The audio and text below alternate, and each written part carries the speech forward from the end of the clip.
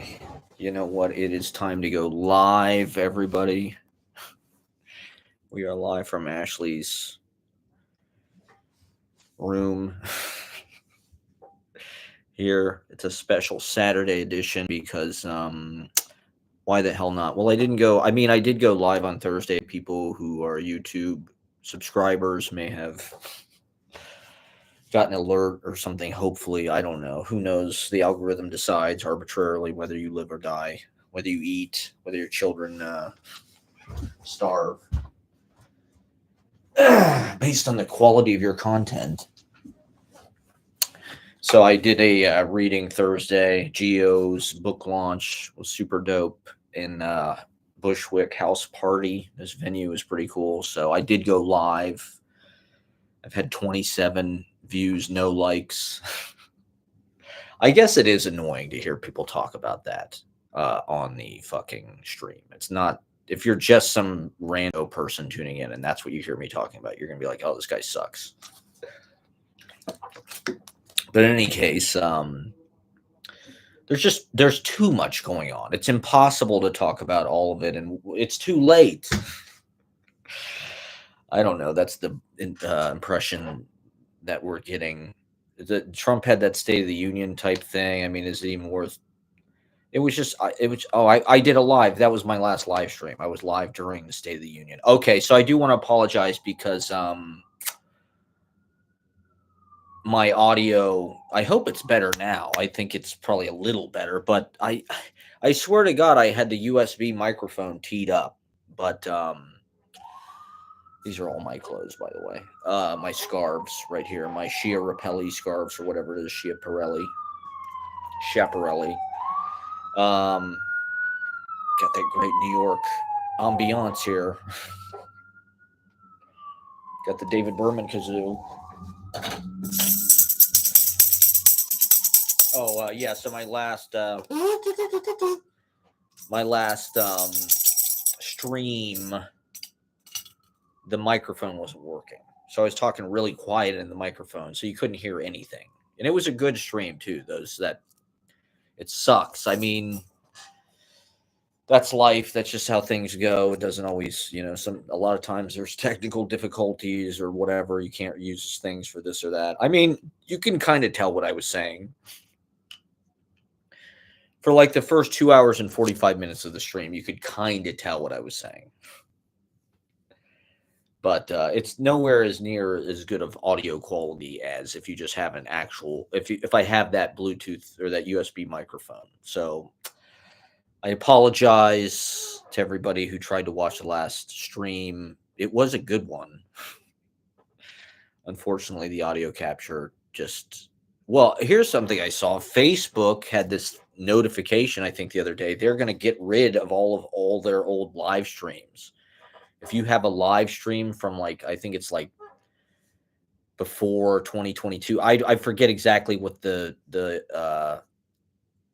the characteristics of what they're getting rid of is, but I think didn't Twitch do this recently too, or Twitch doesn't archive the old live streams or something. I think Facebook they just dumped, or they're going to dump any live stream from before 2022 or something. So it's I do use Facebook as an archive for photos. That's where I publish the more extensive kind of event photos that I take, versus Instagram, which is more an advertisement for your small business or whatever. In a network, it's a social, it's a way to communicate. It's like a newsletter almost, it's just a way to kind of message your community. Facebook I use more of as an archive. So not that I never did. I think I did maybe 1 or 2 lives during the pandemic on Facebook, but I've never really gone live on Facebook. I'm proud to say, I'm happy to say, I'm not that guy. I mean, I think one of the hallmarks of the pandemic was all of the acoustic guitar white guys going live on Facebook to save the world. Everybody was like, I'm just going to go live. I mean, everybody was going live. Before the pandemic, it was really kind of socially unacceptable to go live. Nobody went live on Instagram. If you did, it was like, what the fuck? Who do you think you are?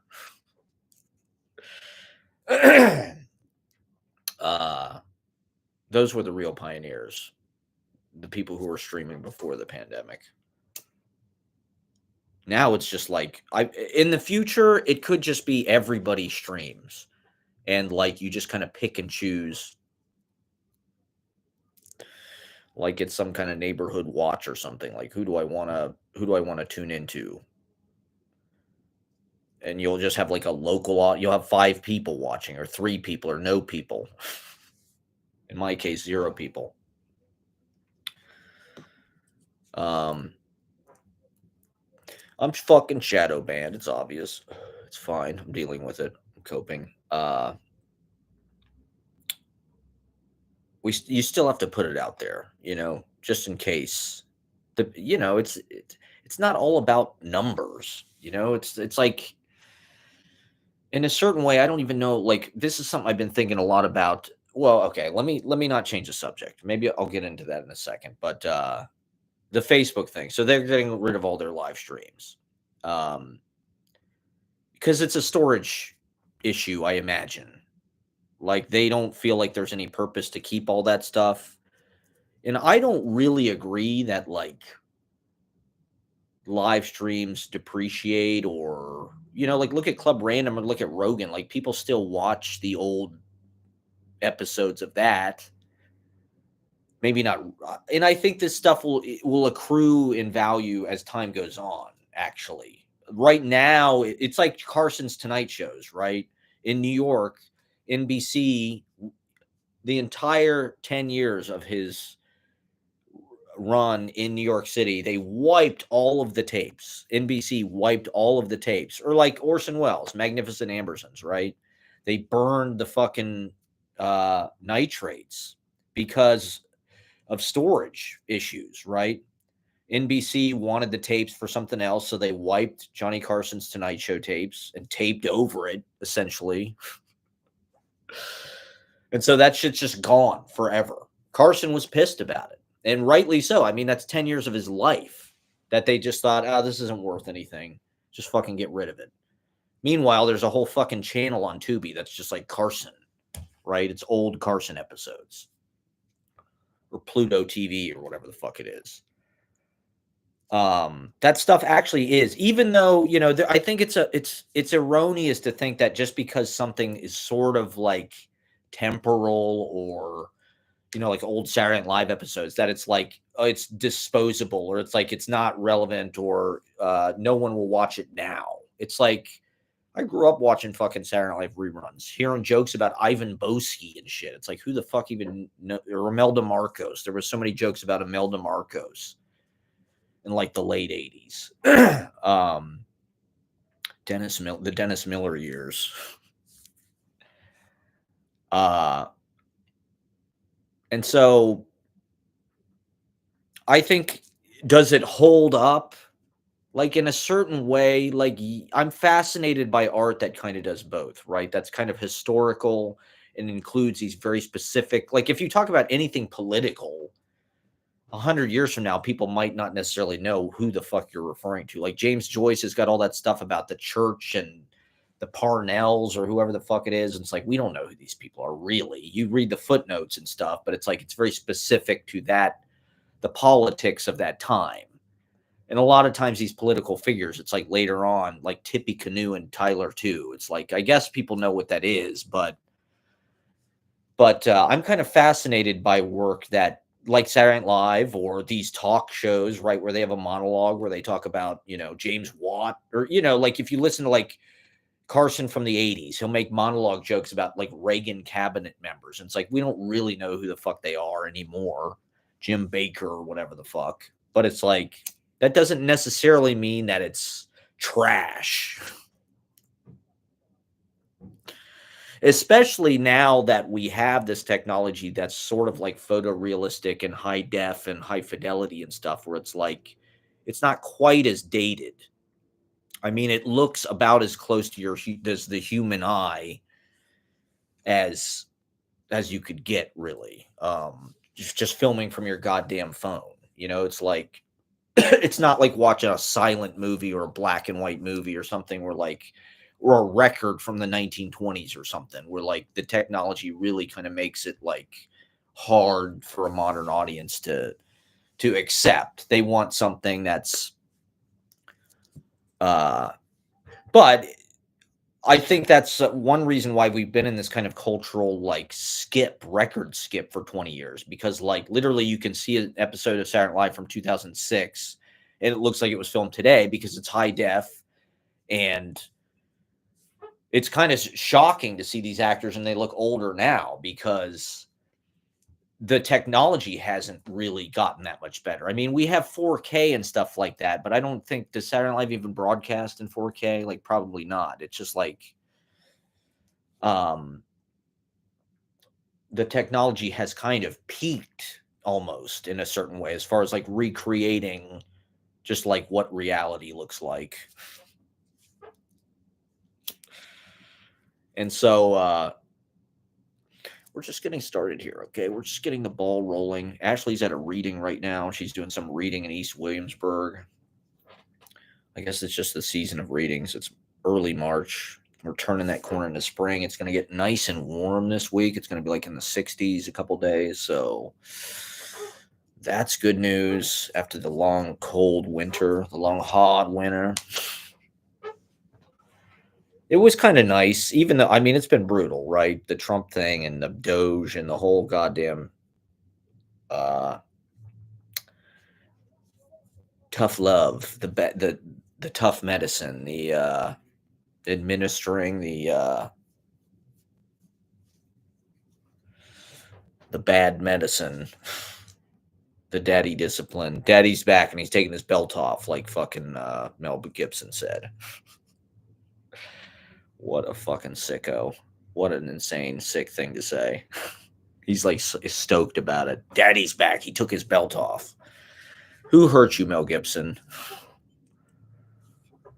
I guess the Republican Party are the one with the daddy issues. Democrats, it's, I guess, more of a mommy issues. Kind of, you can distinguish it. You can separate it by that. You can bifurcate it.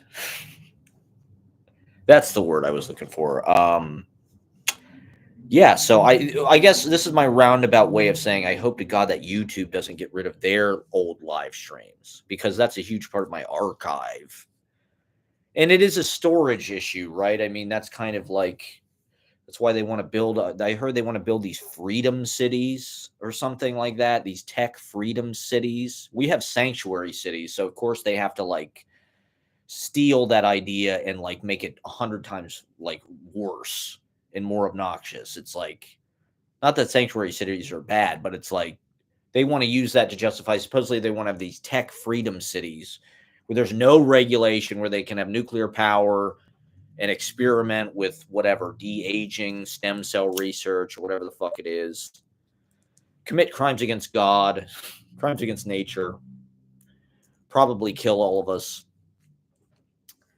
There's a reason why there's these regulations. It's not just like government red tape. It's like to keep people from being killed, to keep the measles outbreak, or to keep fucking the food from not poisoning us. Food, So we'll fuck around and find out, right? I think everybody kind of knows when they fuck around and find out. It was 10 years ago, it was YOLO. Now it's FAFO. America fucked around. Now it's going to find out. I guess. Who knows how far we're going to let this go, but it just seems like everybody's in shock. The Democrats, I mean, are the Democrats in collusion? They're just all one big party, one big right party. The Democrats are the right wing and the Republicans are the fascists taking over America. Move fast, break things. So here's my petition to YouTube. Please do not get rid of my old live streams. They hold up. They're an important historical document, and I think it would be a tremendous mistake. But where we need server space or hard drive space or whatever, it's taking up valuable memory in some fucking server someplace, and they've got to cool the servers, so that takes electricity. So they got to have nuclear reactors to power the fucking quantum computing and the crypto reserve. Here's word salad for everybody. This is thought salad. This is buzz topics of buzz topic salad. The Bitcoin reserve. Well, okay, I saw a video about that. Supposedly, this guy says the United States has seized a certain amount of Bitcoin through blah, blah, blah, illegal activity, people being put in jail, whatever the hell it is. And so the United States actually just has a shitload of Bitcoin, right? And I guess this is what the Trump guy said. So, I want to give him the benefit of the doubt, even though I think Bitcoin is the dumbest shit ever. It's here, and so what the hell? What the hell can we do about it? Not a whole lot. Shitcoin, more like it. More like shitcoin. Bitcoin, more like shitcoin. So, this is my little talk show from Ashley's room. How weird. Anybody that tunes in this is going to be like, what the fuck? This guy's like... the problem is it's so bright over here, so it's like I can't really do that.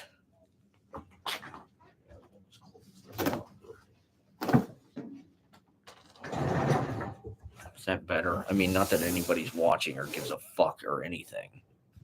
That looks kind of cool, but I don't know. It's arty. There we go. We got some nice... We got some Jesus rays here. There we go. Jesus rays, Jesus rays, Jesus rays. I'm putting my arm through the Jesus rays. Yes, I post my flyer finally. My piece of shit flyer. Not getting a shitload of likes, but whatever. The show, it's just fun. It's good to do shows. It doesn't necessarily have to be something that like 100 people show up. If you can get 20 people to show up and just have like a ritual together where people get to perform and kind of share and create a memorable, I mean, to be honest, shows are almost like holidays. It's almost like another Halloween or Thanksgiving or Christmas every time you do a show, or birthday. Every show is almost like a birthday party just to do. It's always an occasion, and it's nice to be in that business or try to make it a business. And it's always special, like I did want to talk about, so I went to this really cool open mic in the Bronx. It's the first show I've ever done in the Bronx. It was this place called Boogiedown Grind, which is an amazing small business. I encourage people to go check it out. I mean, the Bronx, everybody, all the gentrifiers, of course, are in Bushwick or whatever, Crown Heights, Bed-Stuy, now Flatbush. But I'm, it was nice to be. The vibe was incredible. It really felt like not gentrify-y, and it really felt like a community. I mean, they do like writing workshops up there. Everyone was very friendly. People were like going out of their way to say hello, introduce themselves. I met some really amazing poets. Very cool, smart, passionate, concerted people, making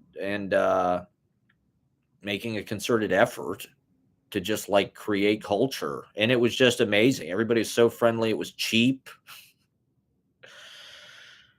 dare I say. It was a nice neighborhood and a lot of nice, it reminded me of Bushwick, but before kind of all the white people got there or something. There's a lot of Hispanic, African American, and but it was also, it was a lot of people who have come to Monday, and so there's a lot of familiar faces and great artists who I really respect. Uh, Jazzy J, or the EKR, or Random, incredible. Drew Tacoman, incredible. Lyricists, song makers, performers, and community members, cultural contributors. That's we're so the monoculture still kind of exists, like it was the Oscars, right? And it just sucks so bad. I mean, I just hate the monoculture. I've hated it for the last 30 years. Basically everything since 1995, I think, in the monoculture has been like terrible, with a few exceptions. Things became very corporate and, I don't know, like fake. I don't know, in like 1995, for lack of a better word. And so it's like, I don't know, it's a big distraction. And we're at this moment where people are kind of sick of the monoculture. The monoculture is being demonized, and people are kind of losing faith in the monoculture. And it's like, well, the nice thing about TikTok or things like this, or even Instagram to some degree, is it is like sort of an encouragement and a petri dish for like local culture, or something that's a little bit closer to local culture, even though we are just like part of this giant business of YouTube, or the new kind of monoculture, Instagram, the new media. We are kind of small businesses that make that up, right? Like, you get on YouTube or TikTok, you sell your book, you sell your clothes, or whatever the fuck it is. You have some kind of hustle, some kind of side job, side gig, and side hustle.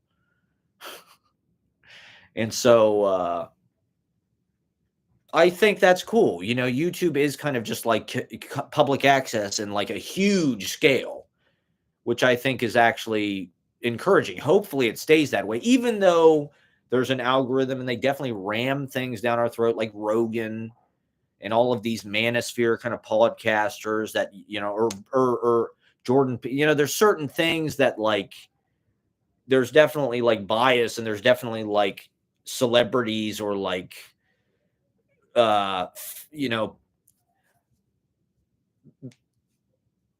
more dominating kind of like monoculture figures within YouTube or within TikTok, like Moschino Dorito or whatever. My brother reposted Moschino Dorito the other day. I'm like, don't repost Moschino Dorito.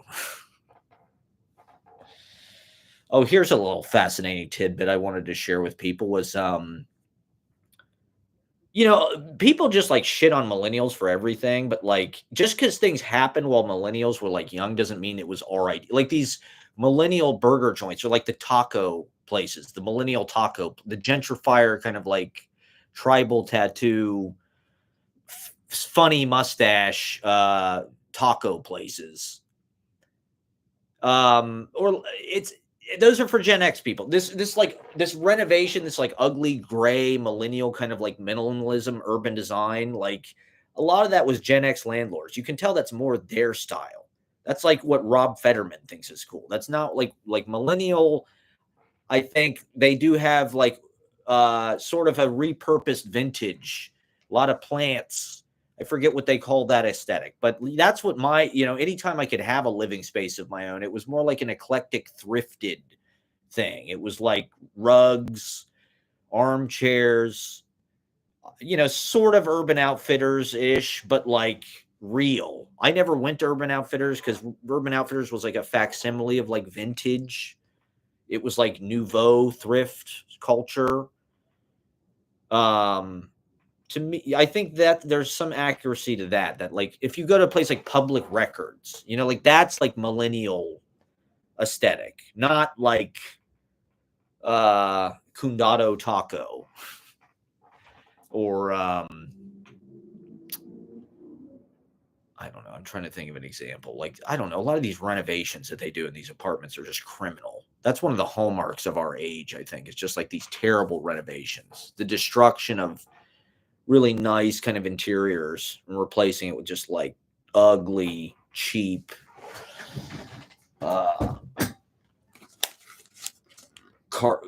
crap. In any case, I'm all over the fucking place here. I've got to work fast. I don't know how much time I have to do this. I'm going to try to do 2 hours. Not that anybody's watching. I have people kind of jumping. I mean, it's Saturday afternoon. This is a matinee. This is a special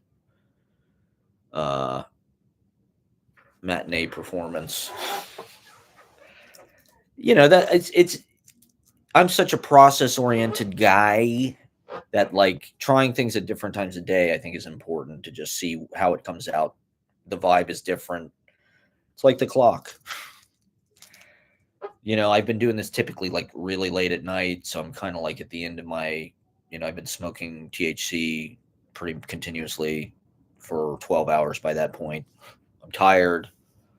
I'm in bed literally when I'm filming it. So what the hell? Let's try one with some sunshine, with some fucking energy.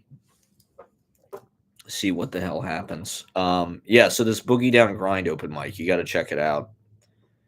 I was invited by Figment MC. Shout out Figment MC, dope artist, very cool person, very nice, to judge the punk rock fashion contest. So that's why. I mean, it was pouring rain when I left. I was just like, but I was committed to it, and I was like, you know what? I've never done a performance in the Bronx. This is kind of my excuse. And I agreed. Ashley kind of lives, you know, up here. So I was like, well, I'll just come here after. So I was like, what the hell? You know, I committed to this. It's Wednesday. Let me get out and do something. It's, you know, it's on the earlier side. I thought, what the hell? Let's just try it. But it was pouring fucking rain. So when I get there, well, when I left, it wasn't that bad. But when I got to the Bronx, it was like Glengarry Glen Ross weather. It was pouring rain. And it was like there's these elevated tracks. So I'm walking around like Jack Lemmon, getting soaked. My feet were fucking soaked. You know, like everything below my knee was soaked. I stepped in a puddle. So my foot was like literally just like swamp foot. And I had an umbrella and everything. And so when I get there, my backpack is like soaked, right? And so I look in and I'm like, a bunch of my books got water damaged. My Descent of Owlette got water damaged. My chat books got water damaged. Not like terrible, but thankfully my my big orange notebook here, it got a little bit kind of like some wavy kind of bends from moisture, but it's not, it didn't really, not that I can tell, it didn't really take any major. And then all my, you know, my drug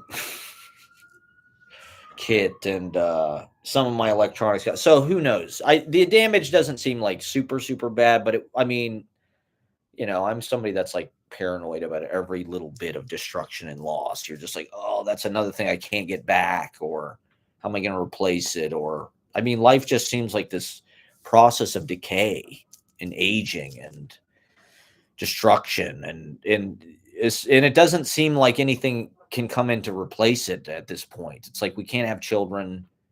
We're just getting older. Things are getting worse. Like,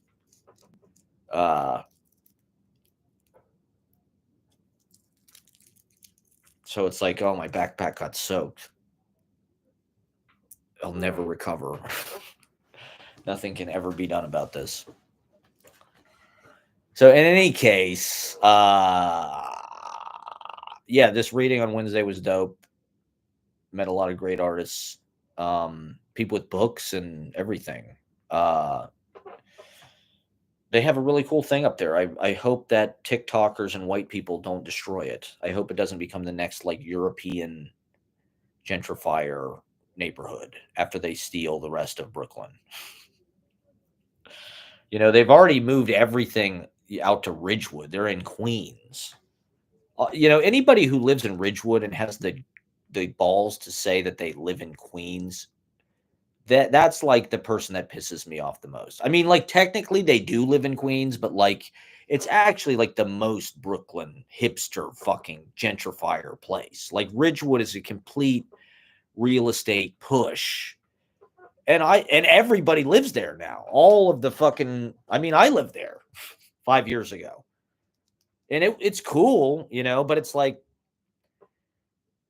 it's clearly like a developer's plan. And it's not really Queens. It's not like you live in fucking Kew Gardens or Sunnyside or Forest Hills or something. It's like you're not in Flushing. Like you live in this place that's completely has access to everything that's cool. Everybody, every cutting edge person is doing a show at fucking Bar Frida or what's that place, Dada Cafe or Topos or whatever the hell it is. Like,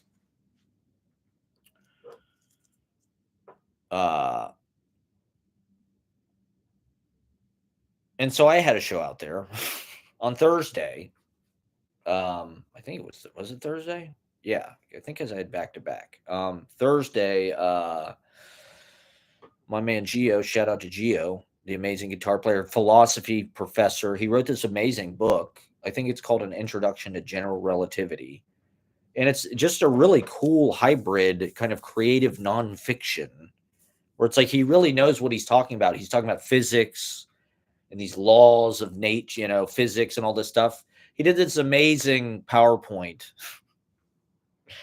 at the beginning about the hottest laws of physics. And it was hilarious and very well done. It was very thought out and very smart too. And he knows what he's talking about. So his book kind of has the same irreverent approach. It's very like, it's very like,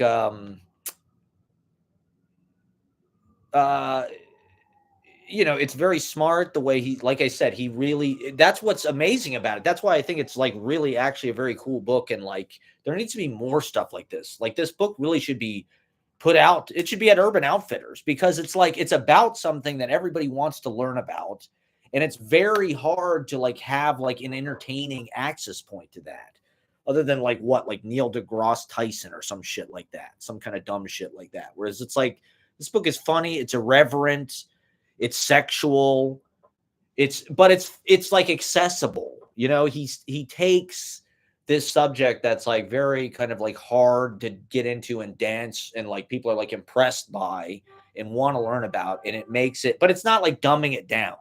It could be like on semiotext or something. That's how I kind of feel about it. It's like it should be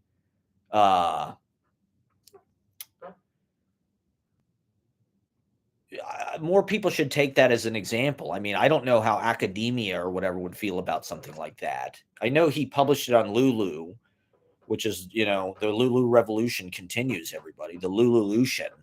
Join us. Get on lulu.com and publish your own book. I'd love to be sponsored by Lulu if I ever had any kind of audience whatsoever. I'm a micro influencer. I'm an extremely niche influencer in the underground open mic cabaret scene in downtown Manhattan, north of, Grand Street, south of 14th, east of Broadway.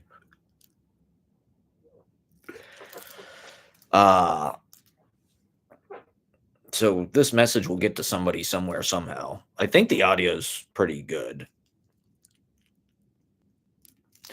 Or I'm just wasting my time again, jabbering. But we love to jabber. It's just it's therapeutic. It's cathartic as much as anything. It's I was doing it when no one was watching before. So in any case, what the hell was I saying? Oh, okay. So this reading on Thursday, it was really an amazing event. It was at this cool venue on Bushwick Avenue. right near Tiny Cupboard, actually, and Checkers. I went to Checkers, and I haven't been to Checkers in a while. My favorite restaurant. To think, just 2 years ago, I was just eating at Checkers all the time. I got some pan dolce. Uh, Junie was on the reading. Shout out to Junie. He read some amazing stuff about working in his boutique hotel and how he runs the register and the tap to pay and all that. It was it was amazing. I mean, it was like kind of like Bukowski, working class, about his job, and kind of like the dark kind of under truth of what goes on and how everybody kind of mutually exploits each other, because the employees are getting ripped off by the people that own the hotel or whatever, so they kind of have to fight back by class warfare. He's a great writer. It's really, and he's a great reader. I mean, it was just like he went up first, and it was just like, holy shit. Well, Gio did his amazing presentation first, and Junie is just like a great reader. I mean, he really gets into it, and he has this wild poet. I mean, he really embodies the role. He really is the real thing. And then the second reader was excellent as well. I forget her name. Then there was a break, and I don't know. I didn't know what the hell I was going to read. We had 15 minutes, and I never time anything, which I probably should. People who are loyal friends of the pod, loyal listeners, no, I mean, my relationship to rehearsal and performance is like very unusual. It's something that I've always wrestled with, and it's hard to know how much you should rehearse beforehand, how much you should prepare. Not that I've ever over prepared, but for somebody like me who, like, I actually work better when I'm like just in the moment in a weird way, or I don't know. It's you can do both. You can do both. You can really rehearse something and make it good and revise it and perfect it, and that's a perfectly valid way. But for me, it's like, I don't know. I want to explore, or like that gig I did last Saturday. It was just like I didn't really know what song I was going to play, and it worked better in a weird way, because I just kind of just like, if I would have, like with Holy Smokes, we got in this territory. It was like where we rehearsed, but it was like not totally codified every single fucking, like we didn't have a click track or BPM or, and so it just kind of got us in this place where it was like, it just kind of made it dead, like it needed to have some kind of like animating spirit or spirit of invention in it, even in the moment of performance, even if you're playing something that's already written. Or I don't know. That's how I felt at the time. What I found with poetry readings is like what works best for me is just like when I don't try to show off. I think for a long time I wanted to poetry is like the avenue for me, or I wanted to imbue poetry with like more of a sense of performance. And it was always like, well, I'll smoke weed beforehand and then like try to blow people's minds and do like physicality, or imbue the poem with like the same kind of emotion you would put into like a theatrical performance or something. Apply those kind of principles, the whatever I am feeling, the audience is feeling. So I'm going to try to just like, but it's also a way of trying to communicate. It's like you're trying to get the emotion across to people. And so it's like, well, what do? Well, you feel the emotion while you're reading it with passion. You want to play the poem like it's a fucking guitar solo or something. But it can freak the audience out. There's a no man's land there between like just being on fire and being in flow state and having this kind of like golden energy and blowing people's minds and just like fumbling that and failing and just looking like you're crazy or you're what I always get scared about is like I look like I'm overconfident on stage. Like I feel like, oh, I'm reading like, yeah, what I'm reading is like some super dope, amazing, like fire ass bars. And I'm reading it like I'm just like so full of myself, like, yeah, I'm fucking awesome. This is so fucking good. And the audience is just like, this guy thinks he's better than he is. This shit sucks. Like, why is he like that wasn't funny? That wasn't as smart as he thinks. That's what I'm like afraid of.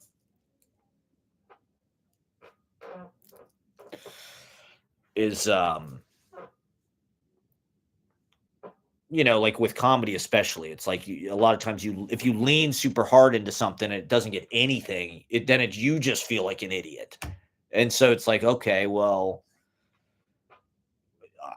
I guess what am I going to do? Just continue to lean super hard into this? And I guess you should, but for me, that's when I kind of like get afraid or like, you don't want to stand out from group opinion or something. So you're like, okay, I guess this sucks. I guess I shouldn't be that confident about this.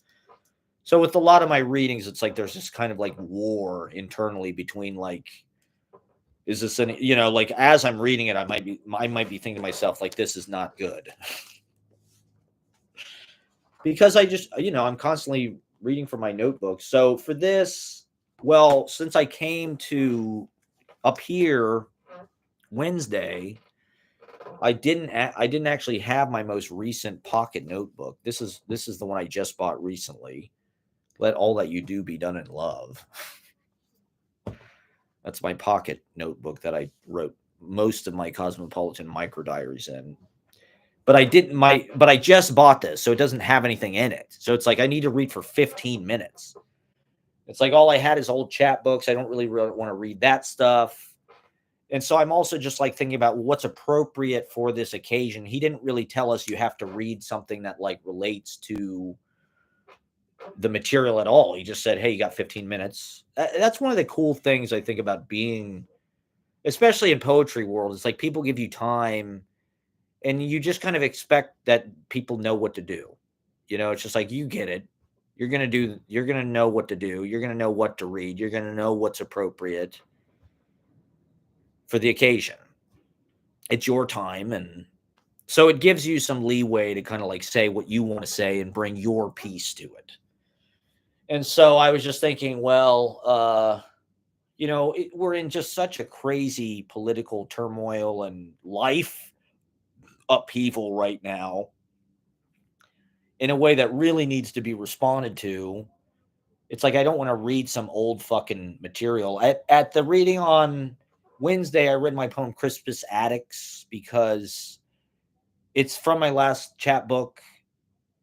So it's a little bit older, but my last chapbook has aged pretty well, I got to say. I don't know how many people out there have Vigilante Justice. Probably not that many. Most of them are sitting on my shelf at home.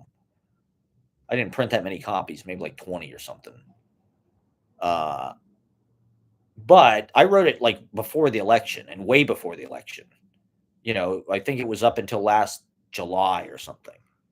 And there's a lot of stuff in there that has aged pretty fucking well. And so I wrote this poem, Crispus Attucks, probably about a year ago or a little less than a year.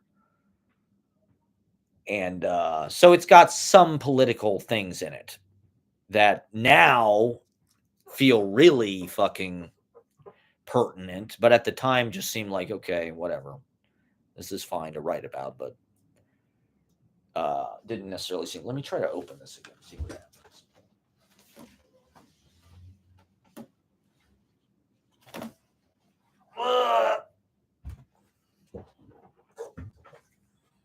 It's kind of is that too bright? It's going to blind people. It's going to blind people on YouTube. They're going to crash their cars while they're watching my live stream on YouTube. This is perfect for driving. If anyone's driving, my live stream is really perfect, like thing to listen to while you're driving. It's really a radio show. It's not really meant to be like a necessarily video totally. However, if you want to watch it on your wall TV, shout out Bruce Halladay, whatever you're into. Watch it in 4K for Christ's sake. On your projector. On your home theater system. Okay, so anyway,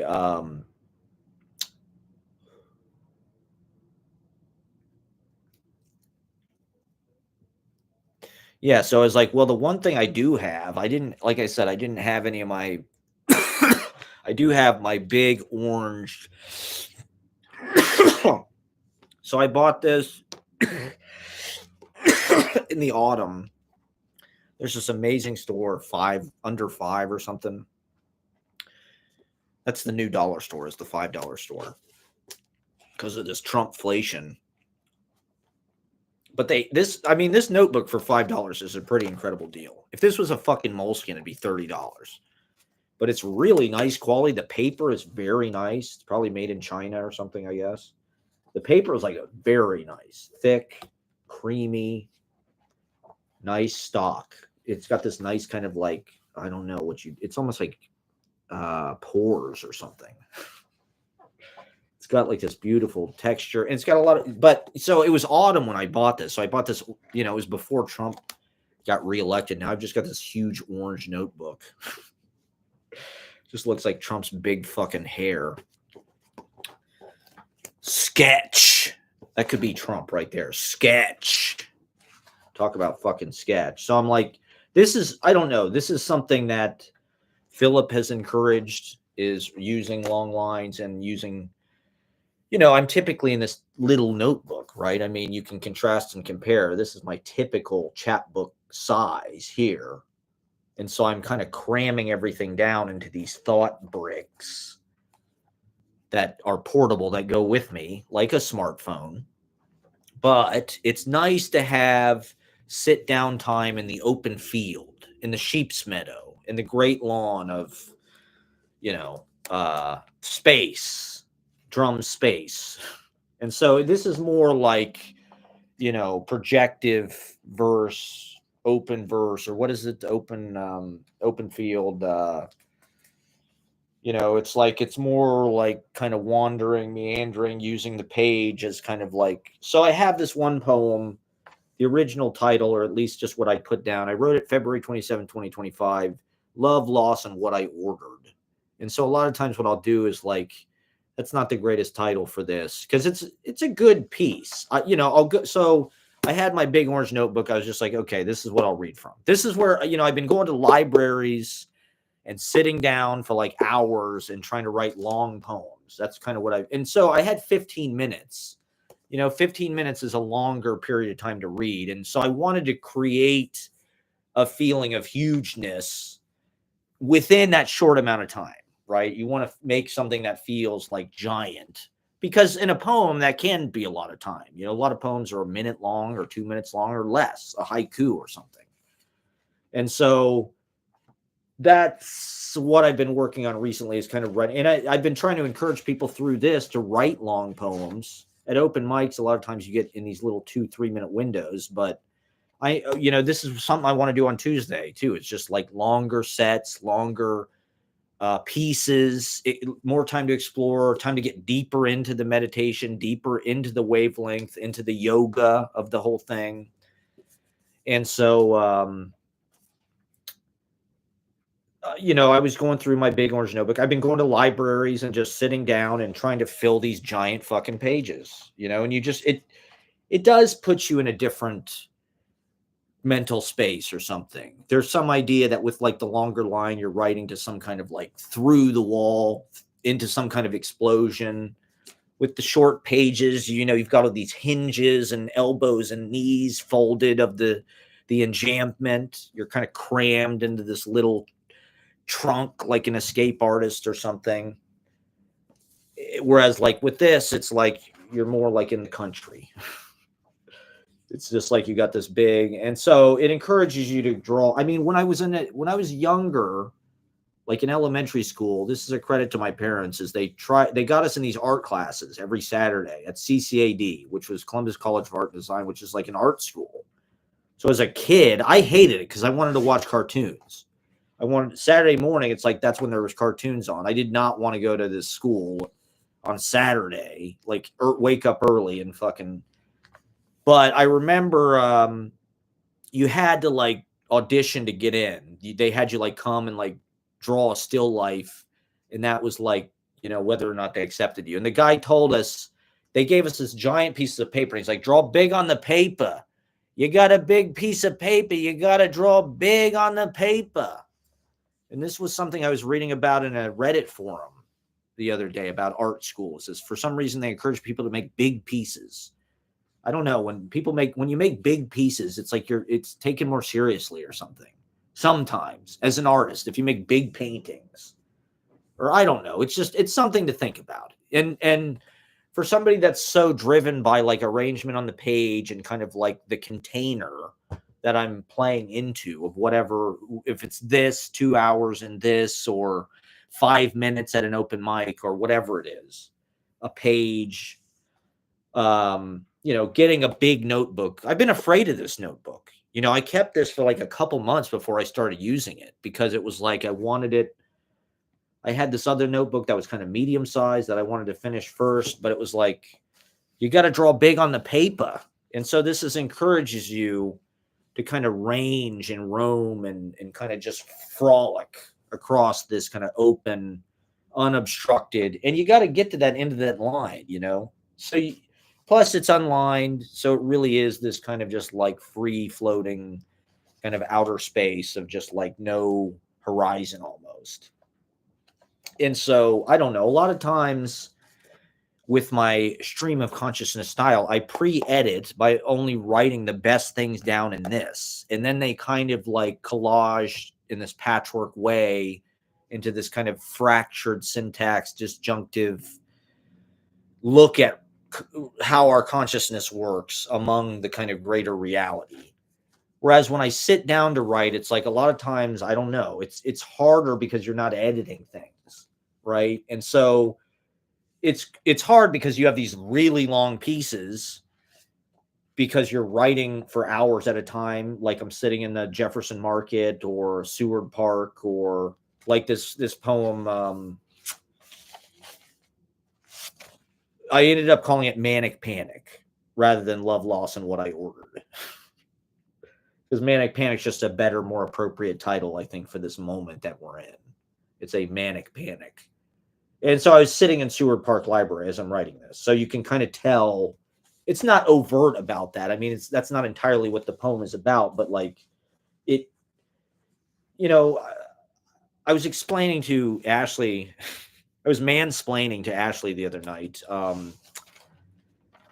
My poems are almost like they're meant to be like a color wheel or like a gradient, you know, where there's like all these different patches of different kind of like mental, physical, you know, whatever it is, visual, sensory, experiential kind of material, things we go through, quotes, quips, ad libs, one-liners, thoughts, visions, whatever it is, overheard dialogue, mistranslations, you know, percussion, sound, poetry, you know, dream speech, whatever it is. And you're kind of like taking the cursor and you're going through all these different colors of experience, of mood, of angle, of vantage.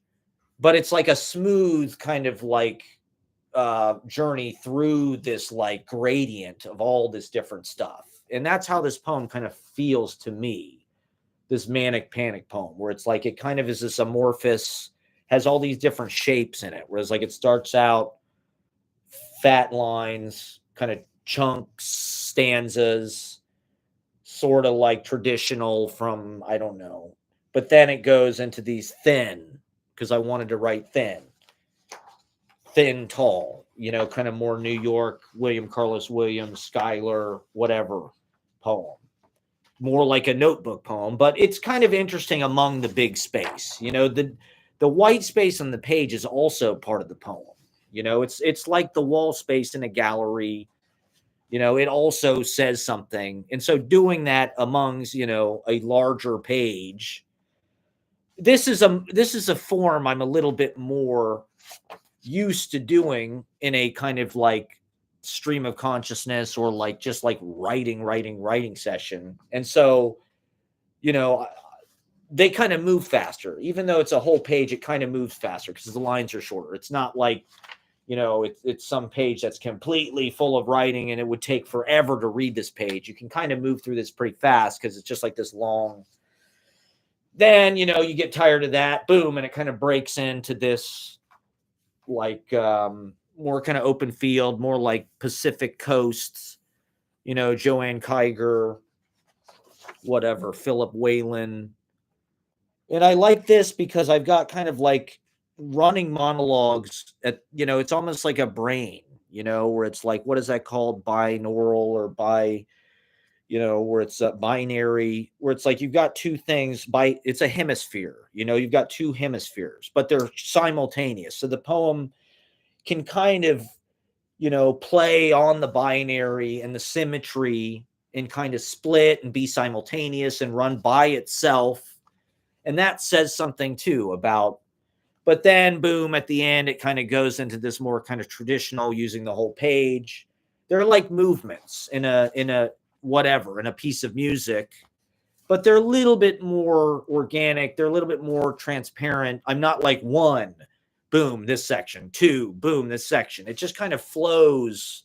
Like I have this line in the poem, the river takes many bodies onward in its path, tide pools, estuaries, oxbows, waterfalls, strums, then picks according to what's called for. That's kind of me explaining what this poem is doing. The poem is like a river, where like certain parts of the river are wide, certain parts of the river are narrow. There's all these different shapes. There's different curls. There's different, and that's the journey. That's the organic kind of footprint of the river's physics or whatever. The water finding its level. It isn't just this, it's not the canal. It's not it's not this hydroelectric dam. It's not paved. It's not the LA River. It's just nature taking its course, right?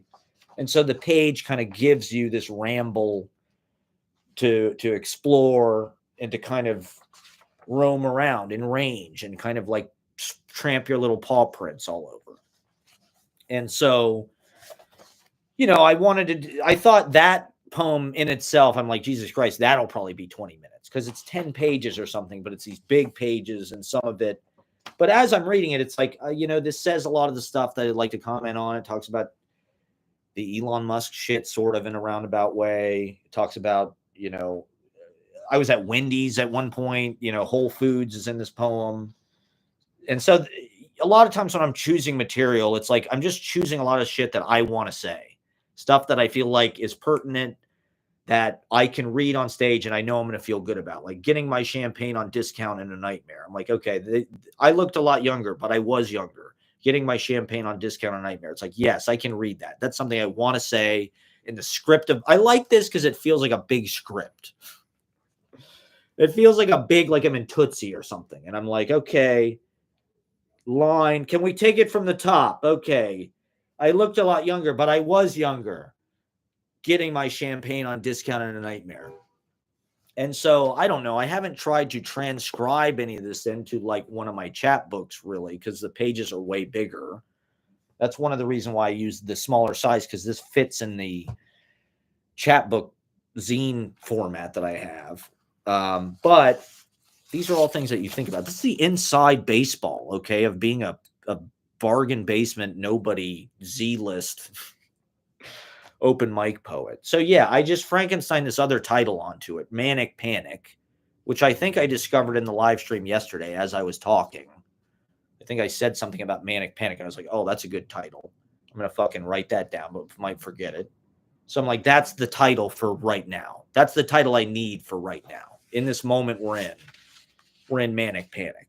And so I'm like, well, but I didn't, I'm going over and I'm going over. I'm like, yes, I can read this. Yes, I can read this. I'm testing the material over and over again. On the subway, I'm reading it, but I didn't do it until the day of, right? It's like, I don't like to plan too far in advance because I really want my poem to respond to the room, to the context, and to everything that's going on in the moment in our reality and especially in our political reality now. Not that I necessarily want to overdo that, but this poem touches on a lot of that stuff in a way that I feel like, it's a collage of a lot of different evidence of the argument that I'm making about whatever, why our culture is the way it is, what I observe about our reality, my personal experience. It's a diary, it's plagiarism, it's, plagiarizing myself, it's copying things I used to do. And it's just, it's talking shit, it's freestyle rap, it's hip hop beef. I'm reading Philip Roth in Korean. That was at Seward Park Library. They have Philip Roth in Korean there. I heard somebody say that nobody's starting bands anymore because it's easier to be a SoundCloud rapper. It's easier to just write lyrics and rap over pre-made beats. And it's like, I do kind of see a lot of people at open mics that are doing that. I thought it was revolutionary. I do relate to those guys. When the SoundCloud rappers and the stand-up comedians, I feel like are kind of mirror images or corollary, kind of like modern poets. Most modern guys or whatever, while they're playing Xbox or whatever the fuck they're doing, they're probably listening to stand-up comedy or like rap. They're probably listening to fucking, I don't know, Kendrick Lamar or whatever it is. I don't know, fucking Travis Scott or Aesop Rocky or, whatever it is. And so I want to embrace that stuff, or, it's fun to kind of go back and forth between poetry and that stuff and see how it kind of can affect your poetry, particularly when you're reading like in a performance cabaret context, in New York City. It's like you kind of want to have, I want to have like this artful Noel Coward repartee or something. Like that's kind of what the poem is, like a stand-up comedy routine or a monologue, but it's also a James Schuyler poem, which, to be honest, James Schuyler poems are just kind of live streams. I mean, the morning of the poem or Hymn to Life or what's the last one? A Few Days. Those are all basically live streams. They're just like stream of consciousness, except he's very artful about form and he's incredibly tasteful of just about he's able to sustain a long poem at a high level, but it's also very entertaining and pleasant. It's kind of better because it's longer in a weird way. Like I honestly kind of prefer those longer James Schuyler poems.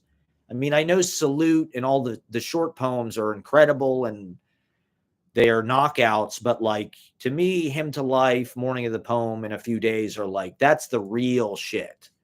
And it's because they're longer. They don't have all these beginnings and endings, and they're not super packed and dense and ambiguous within that brevity and density. With a longer poem, it is more like a routine he was writing like a radio show.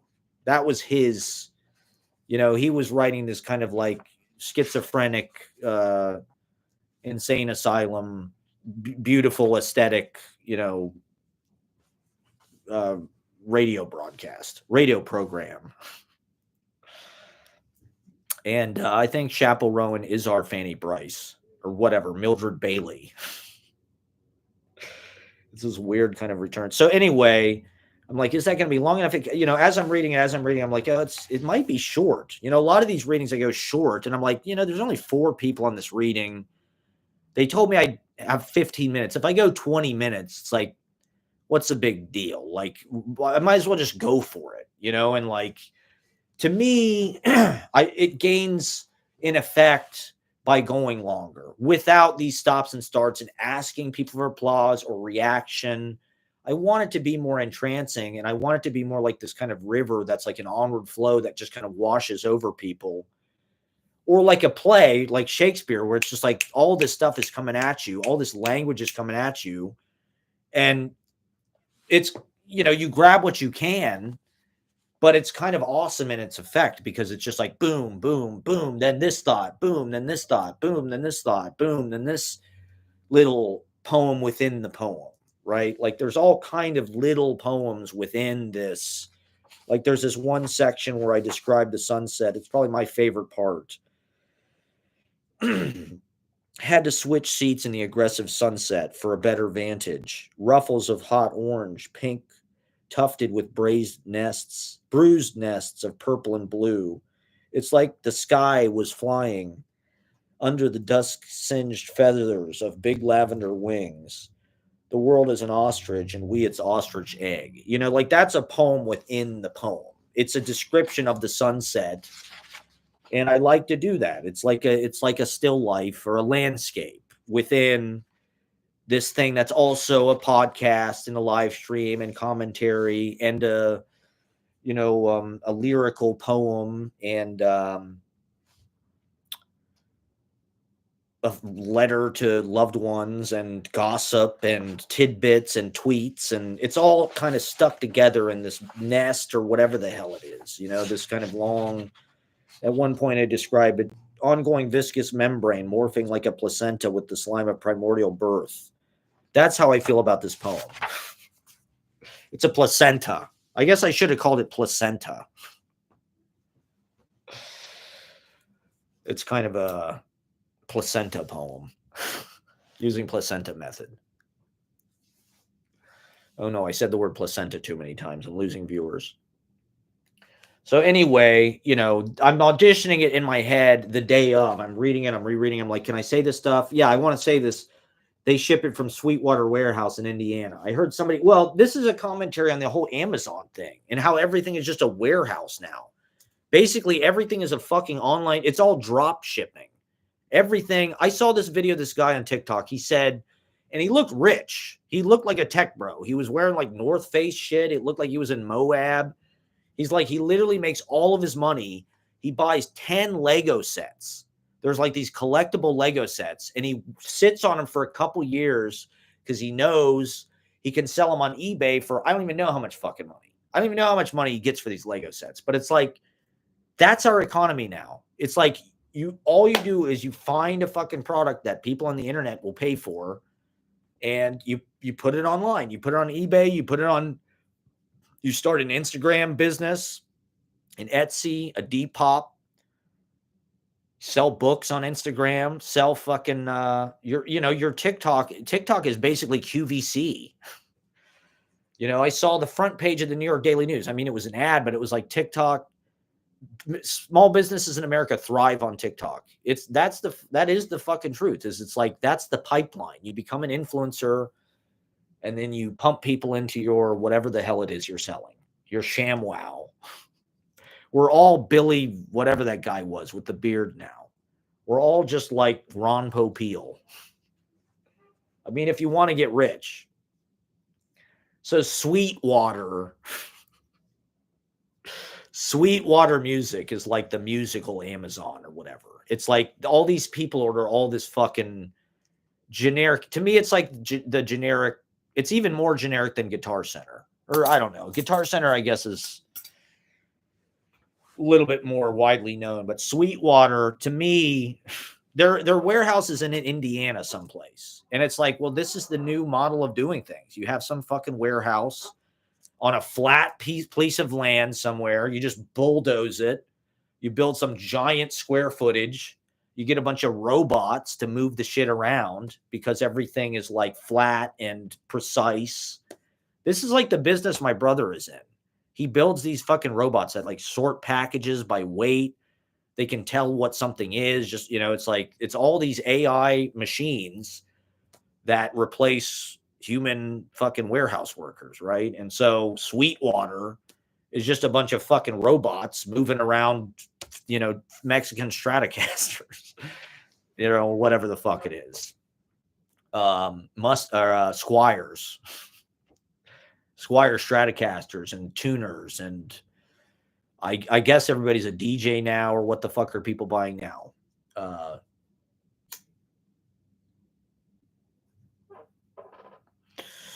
6-string basses.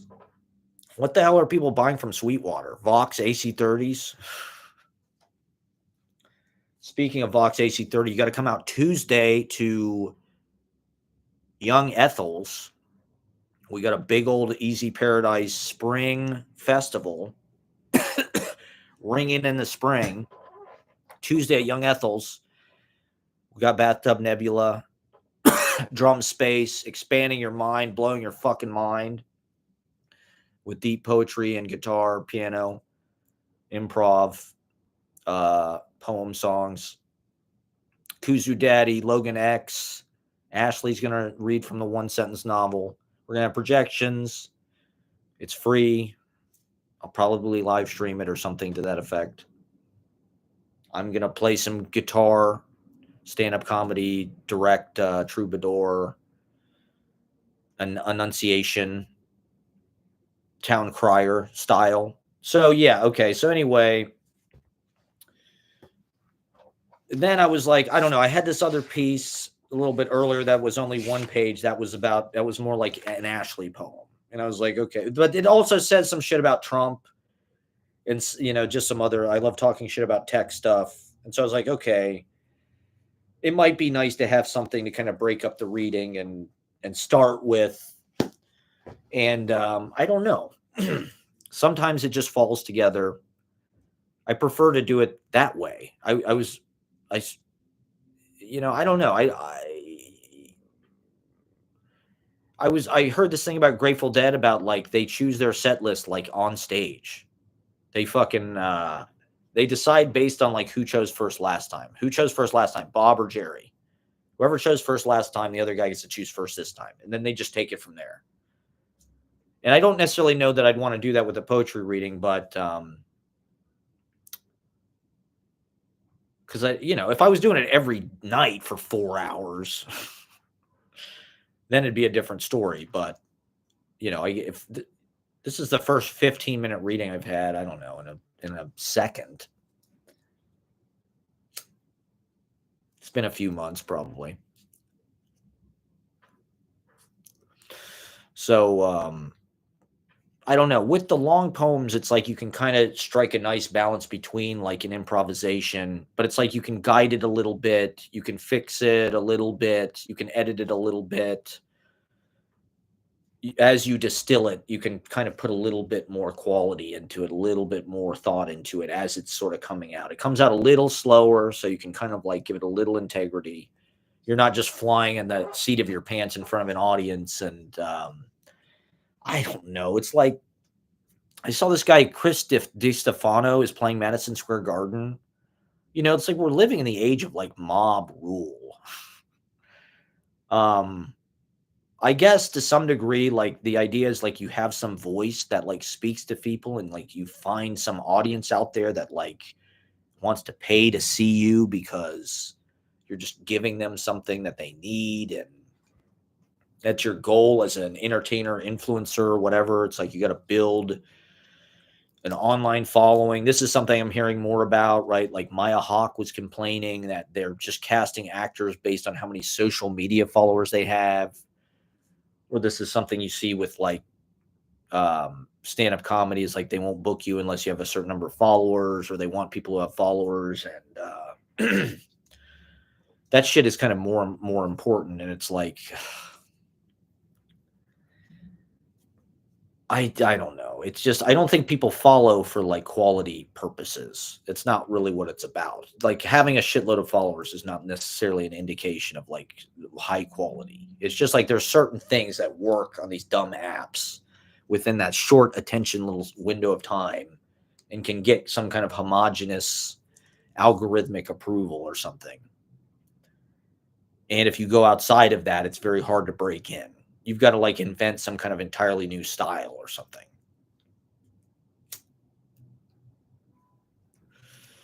And so most of my live stream is complaining about that. But in any case, I think I did read about 15 minutes. Somehow, my internal clock, I can just kind of tell.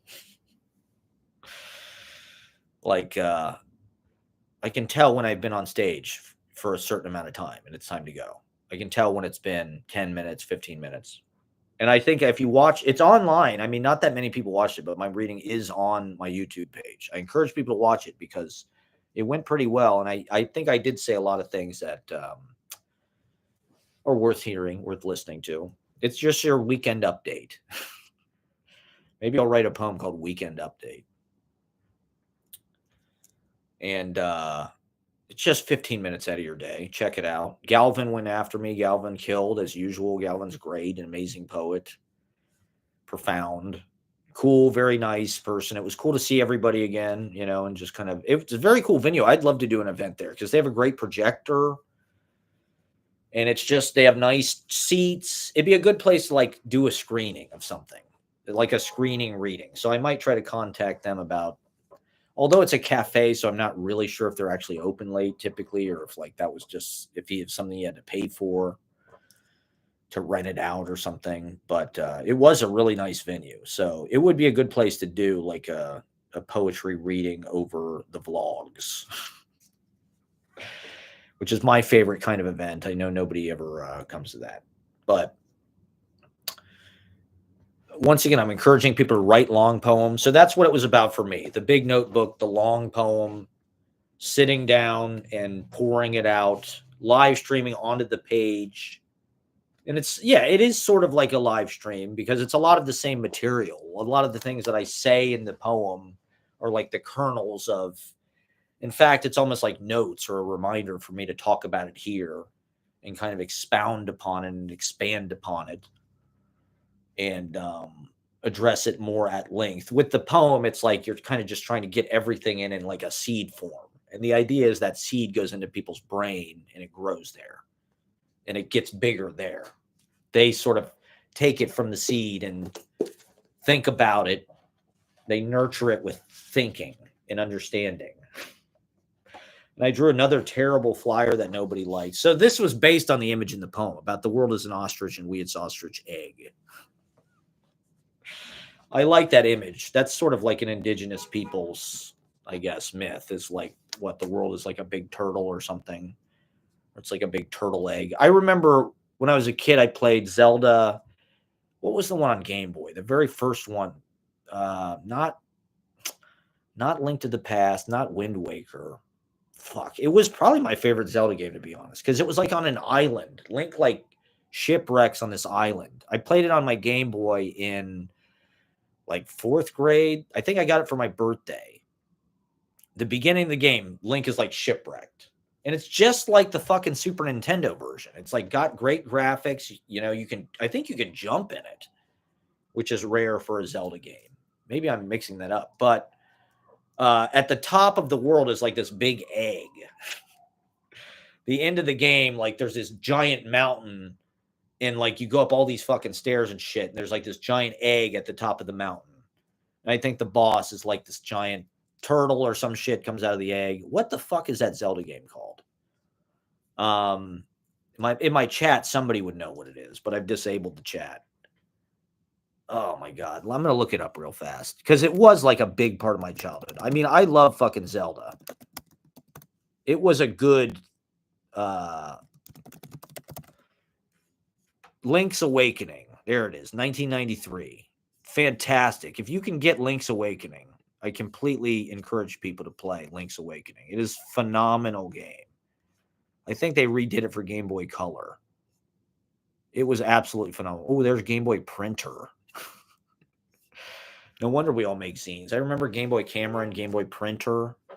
Not much has changed. We're still using Game Boy Camera and Game Boy Printer, basically. That's my whole life, Game Boy Camera and Game Boy Printer. And Link's Awakening. So I don't know, that image of like this giant world, the world is like this giant egg. I don't know. It seems more important now than ever to think globally and to think about one love, one people, one peace. And that's not what's happening. The whole international order is just being ripped to shreds and kind of remade. The giant egg, the giant blanket or whatever is just being torn apart, the giant tapestry.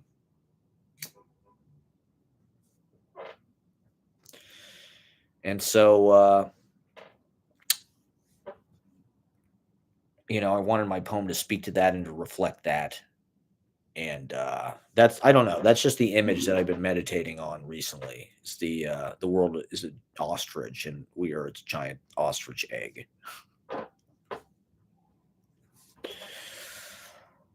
That's how it feels these days. Link's Awakening.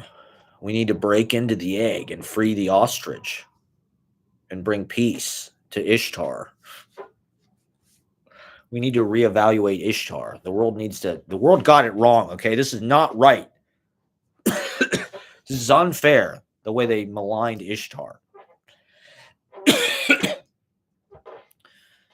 So yeah, I had a shorter piece to kind of open. That was the opener. And then I had a longer piece to sort of like, it's like a meditation. It has to last 15 minutes. It has to last that long. People have to go into it. And as a player, I mean, right, it's like the more time you get to play, the deeper you can go into it, the more you can kind of settle into your reading style, into something a little more natural, into something a little more, and hopefully the audience is kind of going there with you. Hopefully the audience is kind of sinking in to that trance, to that deeper exploration. And so that's what we hope to do with these longer sets, these longer poems, the live streams. Write long, think long, I mean, short is good too. Packing it in there is fine. That's still a part of that's why you have both the sizes, right? And there's something nice about, I don't know. Like I said, the play is all stuck together. So to me, this is almost like a 10-minute play, except I have all the lines. You read, it's the beauty of poetry. It's like being an actor, except you just have all the lines. And so, yeah, everything that the stage directions are in here, the narrative is in here, the descriptions are in here, the dialogue is in here, the characters are in here, chocolate frosties from Wendy's are in here. I had a frosty, so that shows up in the poem. It was my brother's birthday, Max. So happy birthday, Max. I got that in the poem. So it's just like everything that I need to say, everything that I've kind of scavenged on the long walks of my life over the last So I wrote this February 27th. It was basically an info dump, right? It's a trauma dump. It's it's one of those posts you do on Instagram where like it's 7 or it's like your whole month or whatever. So no, I did write a poem the day before, February 26th. So maybe I was just like in the zone on this one. I don't know. For whatever reason, it just felt like this was the one to read. I think because I like the long, thin. I like the way it kind of morphed through the different shapes and all these different kind of modes and meters. I guess that's meter in a way. The variable foot is what you call that. That's the variable foot. And so it's just exploring and just trying to play whatever you can play. Play long lines, play short lines. Play visuals, play metaphors, whatever the hell it is. You're shedding. It's kind of shedding, I guess. It's but I mean, it's like doing this, it's like the first 45 minutes are kind of a warm up until you get to what you're really trying to say, what you wanted to say, till you get comfortable, till you really get in the rhythm, till you lock in, as the kids say. And sometimes it doesn't even happen then. Sometimes you're still like, well, I almost got there. I mean, it was a pretty good reading. Well, the other thing was I didn't smoke weed. I was pretty much sober. It was like the first reading I've done in a long time. And I think that's one reason why it went well. It's because I wasn't like freaking out about, oh my God, is this going too long? Or people are going to hate my line about Grimes fucked Hitler. I don't know. I just wanted to put it in like the most blunt, brief terms possible and just like throw it into the most contrast, context that it could. Like, Grimes, you are like the Ava Braun, but worse.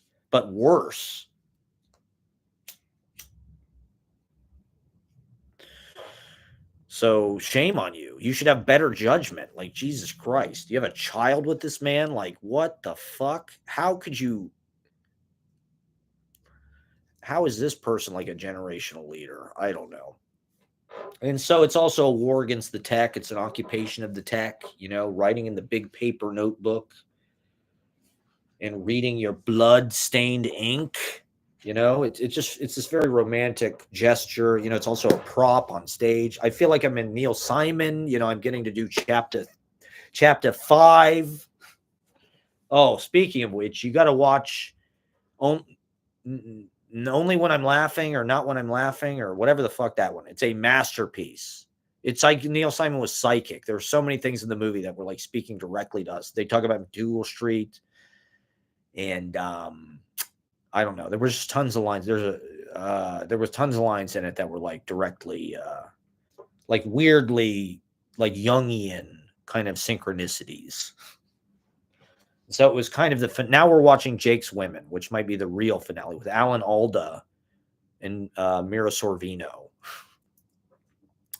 circa Romeo and Michelle. And so it's pretty good too. It's more of a autobiographical kind of, it's sort of like The Seagull in a way, but it's Neil Simon. And it's a TV movie. It's the same director. So I was like, this director, to be honest, Only When I'm Laughing, it's probably the best Neil Simon movie. That and the Walter Matthau one. They were made at the same time, and they're almost kind of like the same movie, except one is Marsha Mason, one is Walter Matthau, one's LA, one's New York. But those are probably the two best, like, film, or like, I don't know. They're amazing. To me, I am never going to stop talking about it. To me, like, it's probably one of the most unrecognized, like, treasures of cinema. I encourage everybody to do this. If you love New York and you love like plays, I mean, Neil Simon does boil everything down to like kind of this simplified argument thing, but his writing is very stylized. And I think that's what I like about it, is like it's like a poem in a lot of ways, to be honest, because it's very stylized speech. And he's got just as strong a voice as any of these other kind of recognized. But these Neil Simon movies are pretty good. They're all, I would say they're as good, if not better, than like Woody Allen's movies. Actually, I think in a way they're comparable. Like there's like 30 or 40 fucking Neil Simon movies, and they're all kind of about life in New York, and they're like these kind of light comedies with like serious, but they're about real shit. That's the thing, is like they're all about characters that are like going through something.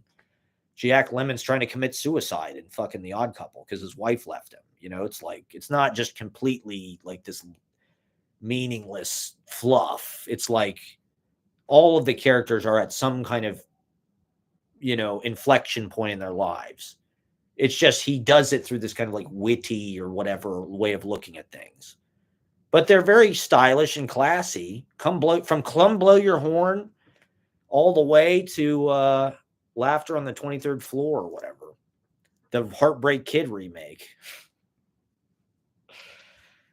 I think it's really one of cinema's like unspoken treasures, is all of these, especially if like you want to look at New York in that era. I don't think there's better movies, to be honest, than these Neil Simon movies. From what I've seen, I mean, the Woody Allen movies are great. There's other movies that are great, obviously Taxi Driver, these William Friedkin movies, or any number of good New York movies, Chantal Ackerman. But these Neil Simon movies, they just, if you look at them like a Neil Simon fictional universe, like Everybody Looks at Everything Now, it's like a is there another term for it than fictional universe? It's like it's all one proper, there should be a Neil Simon Plus or something. Fucking Disney should acquire these properties. I guess it's Tubi. Tubi is the one with all the fucking cheap detective and shit like that. Seems like old times. I mean, it's also kind of, there's a lot of, it's not going to be taken seriously by anybody. They are all kind of like exploitation movies in a way. It's almost like its own genre of exploitation. These Neil Simon, this Ray Stark guy produced a lot of them, and they are, I wouldn't say they're formulaic, but that's kind of what's good about them. It's like the cinematography of New York is actually, the way they photograph the Upper East Side, Central Park, the Upper West Side. It's like, it's a really good look at the city at that time, and the way people lived within it. It's almost like Seinfeld in the way it's like you kind of get this whole, I mean, Seinfeld is a little bit more of like a micro universe and kind of a contained with all these recurring characters and shit. But the Neil Simon, it almost has a similar kind of like, you're almost like watching stories about New York in all these different apartments or something. It's just like, this is the Goodbye Girl, and this is, you know, the Sunshine Boys, and this is fucking Star Spangled Girl and shit like that. You know, it's just like, it's all different story. It's the Naked City. There's 8 million cities in the Naked City. Here's, you know, this is the prismatic kind of so I encourage people, check out chapter 2. My picks for the best ones would, I mean, the Biloxi Blues and the Brighton Beach and Lost in Yonkers, that's kind of its own thing. They're good in their own right, but they're kind of their own. They're a little bit heavier. I would encourage people to check out the 70s, chapter 2, Prisoner of Second Avenue, anything with Anne Bancroft.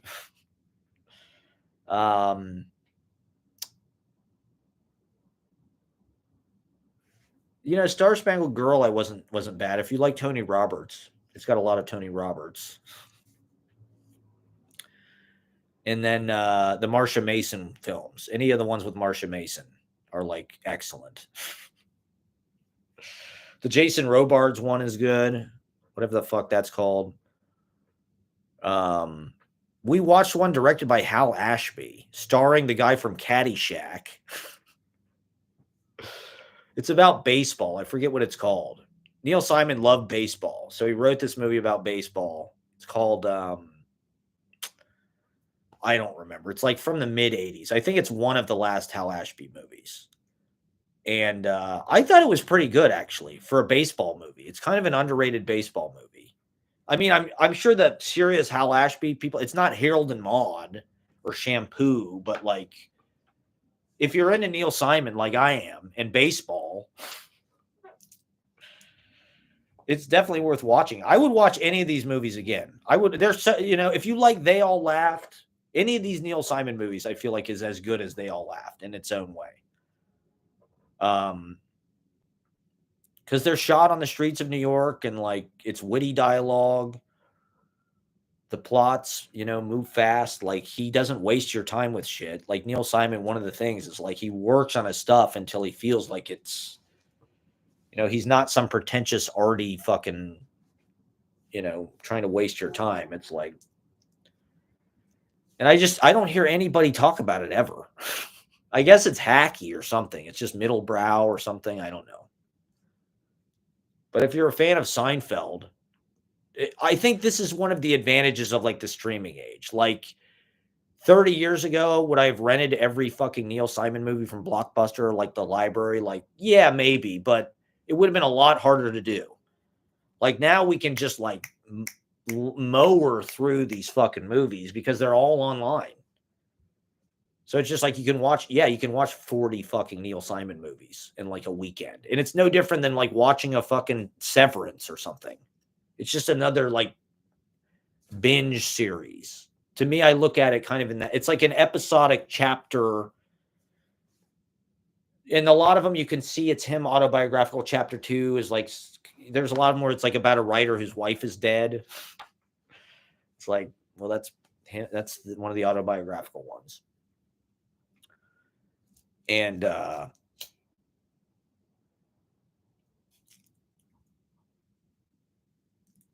that's okay. I'm into it. I like that part of it. You know, I don't know. I think like if he was French or something, I think, you know, he'd be like Moliere or whatever. I don't know. He'd be like a new wave fucking.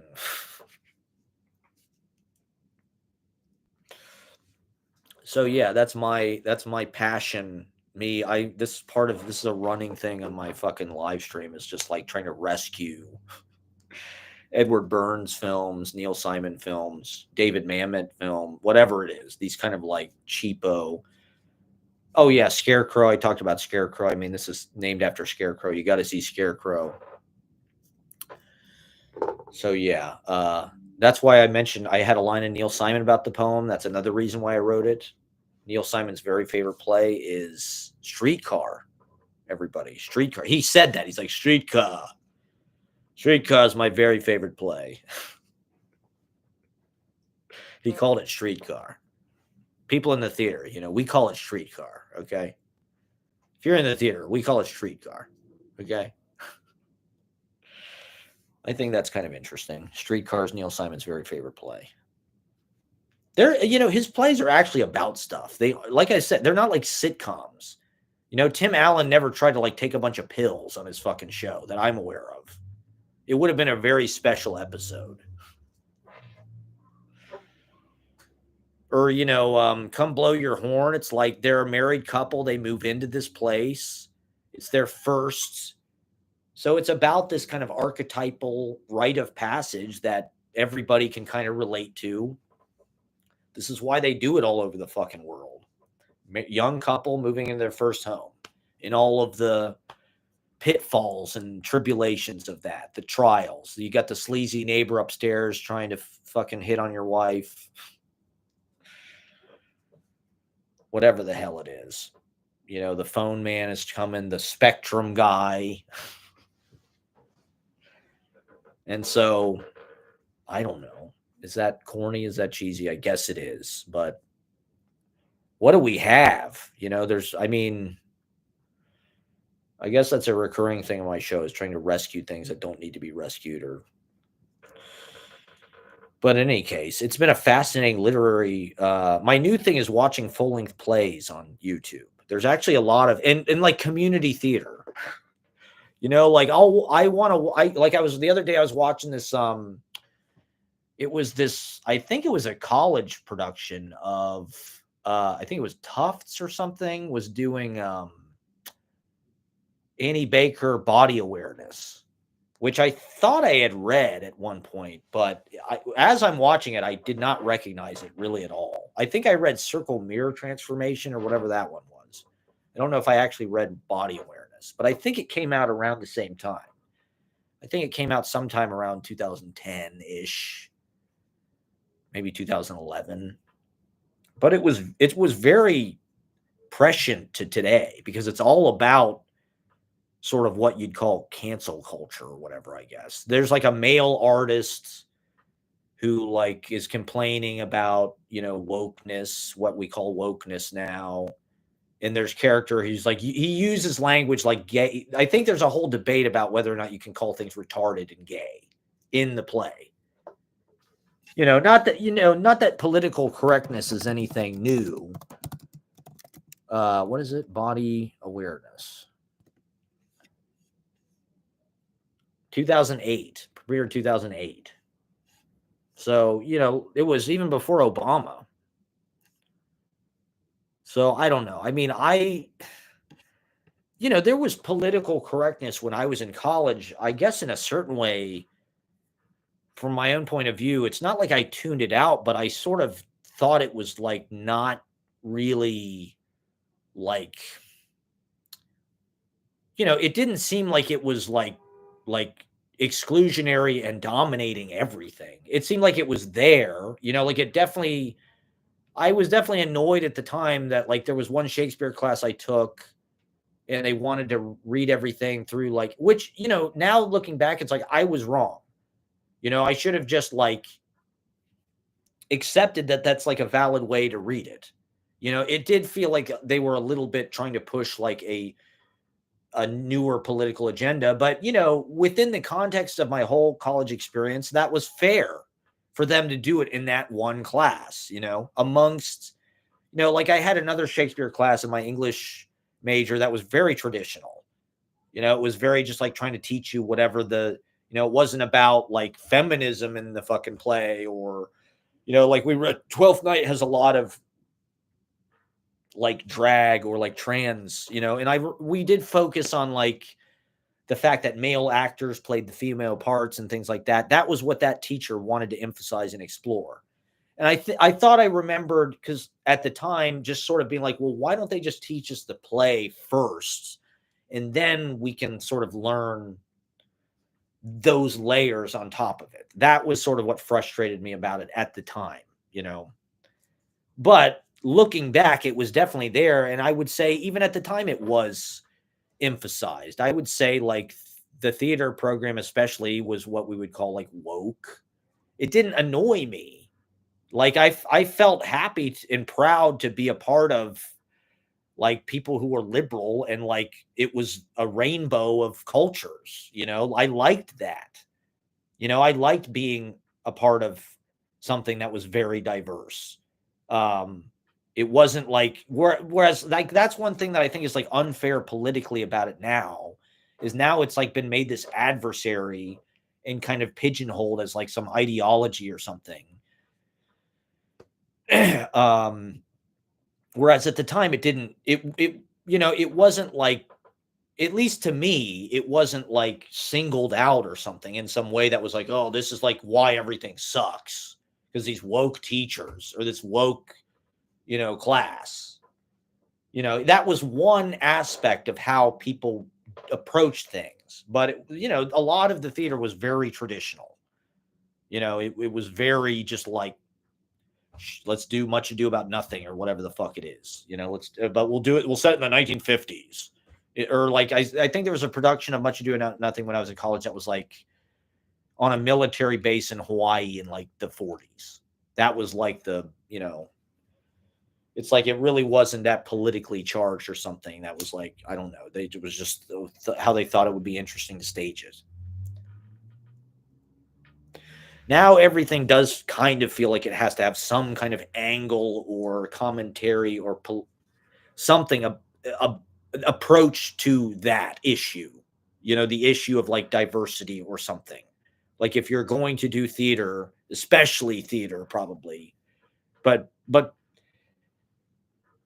poetry, people don't really write about that stuff. It's just like you are that, you know, it's like you are representation. Your voice is the representation. You know, you can't really, you're not really writing necessarily. You might write about your experience or empire or something, but like theater seems to be more about, I don't know, trying to write things that, you know, I guess they both do. That's what the point of them. You know, that's one of the things that they're for, I guess, is to write about that stuff, you know. Yeah, so anyway, I was watching this fucking body awareness on YouTube. It's like a fucking college production. Not that it's super great production, you know, but that's also like local culture, you know, like one of the things that's frustrating about Broadway plays is like you can't see them. You know, being in Ohio, it's like you're never gonna see fucking Philip Seymour Hoffman in True West with fucking Ethan Hawke. You know, it's like they didn't even film it and put it on TV or anything. So it's just like, well, unless you go to New York and pay fucking $300 for a ticket, it'll always just be this lore or something. And like maybe that's the way it should be. Maybe that's part of what's cool about it in a world where increasingly just like everything is available and kind of streamed and there's kind of an oversight. I don't know. To me, it's like it's a frustration because to be honest, I don't really want to read plays. I think that's one of the reasons why I don't want to write plays. Because like as a literary form, it's like I don't want to sit and read an Annie Baker play, to be honest. I'd rather, to be honest, it's a great thing to have on like while you're doing stuff because it kind of straddles a nice line between a podcast, which is just like yapping and like, you know, stream of whatever thought. Whereas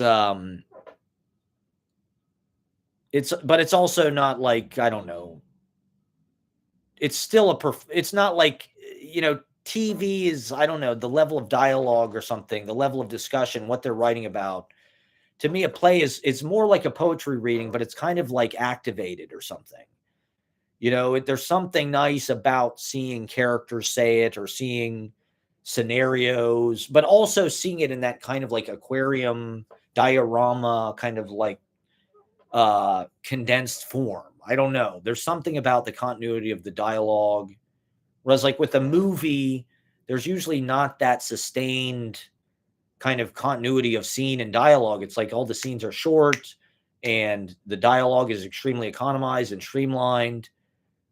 Um, So, like with a play, it's like it's more a piece of writing. It's more like you're listening to a piece of writing that whereas like a movie, it's obviously like you're just seeing a movie. The script is kind of like lost in there someplace. You know, some like verbal kind of literature might get across to you, like if the script is well written and memorable. But like a play, it's like the whole thing is kind of a piece of literature, and so it's kind of nice to have, but also not trying to force it. You know, I'm not trying to sit there and watch it like it's a movie. It's just something I kind of have on while I'm looking at my phone or doing TikTok or sending emails or, even writing a poem. It's just like it's kind of a nice thing. Like this body awareness play. It's like it's about something that's very pertinent, this kind of like political correctness war or whatever, or language war, or there's a lot of things in it that seemed like very like strains of the current cultural dialogue, even though it was written almost 20 years ago. And so it was kind of refined. It's like it isn't just some kind of raw feed of something. It's a little bit synthesized. It's a little bit not overproduced. They don't spend so many fucking, it's not Chinese democracy. They don't spend 20 fucking years layering guitar tracks on. It's still, but it's, and you're also getting to experience this artist, Annie Baker, who's like a playwright. It's like it's not always easy to access that stuff. And a lot of times I've been looking for like made for TV versions of plays. You're looking for like the American Playhouse version or some kind of like produced Broadway with Stan Waterston or whatever the fuck it is. Like I think there was a version of Glass Menagerie that Paul Newman directed or something. But it's like, it's kind of nice to just watch the community theater productions. That's really where theater lives. That's part of the beauty of it. And I just watched this play on YouTube that was like an original play that they did at some gallery on East Broadway in like 2023. And it was an original play. It was called Scenes from American Culture or something. I was like, yeah, I'll watch this. Let me check this out. It's 30 minutes. It's an original piece of writing by somebody in fucking Times Square about, scenes from American culture. It was very like ETW. It was like a movement thing largely. There was like music, but there, it was very clever the way they put it all together. The segues. At one point, like somebody in the audience's phone rang and the performers like stopped and then it rang again. And then they went on, then it rang again. And then and I thought it was real, to be honest. I almost turned off the video because I'm like, this person is so rude, but it was part of the play. Then the person gets up and that's the next scene. I was like, oh, that's pretty interesting way to do that. I mean, maybe people have done that before, but I just think there should be more of that. There should be more of people writing their own scripts, writing their own shows, writing their own plays, filming them, putting them on fucking YouTube. That's my poetry is an attempt to do that in just like the most immediate way possible. It's like I wrote this in the library February 27th and boom, I'm delivering it. It's like a monologue. It's like The Fever, it's Wallace Shawn. It's The Designated Mourner or something. It's my Eric Bogosian, pounding nails in the floor with my forehead, except they're poems, so they're, or it's your Daily Show monologue, it's your, Tonight Show monologue. It's your Conan Oscars monologue. It's your newspaper column, your Winchell kind of, gossip dispatch. It's the sweet smell of sweet smell of success. It's Miss Lonely Hearts. You're a columnist, and this is publishing. It's just trying to get it out, reading it, putting it on the internet, putting it on YouTube, putting it on fucking Instagram, putting it on, and I think the political moment that we're in has only made, I think it's only like re-energized and relocked us into the importance of like these poetry readings. Like these poetry readings are going to become more important places of like information exchange, dialogue, political organization, spreading awareness, deciding what the fucking agenda is going to be, deciding. Okay.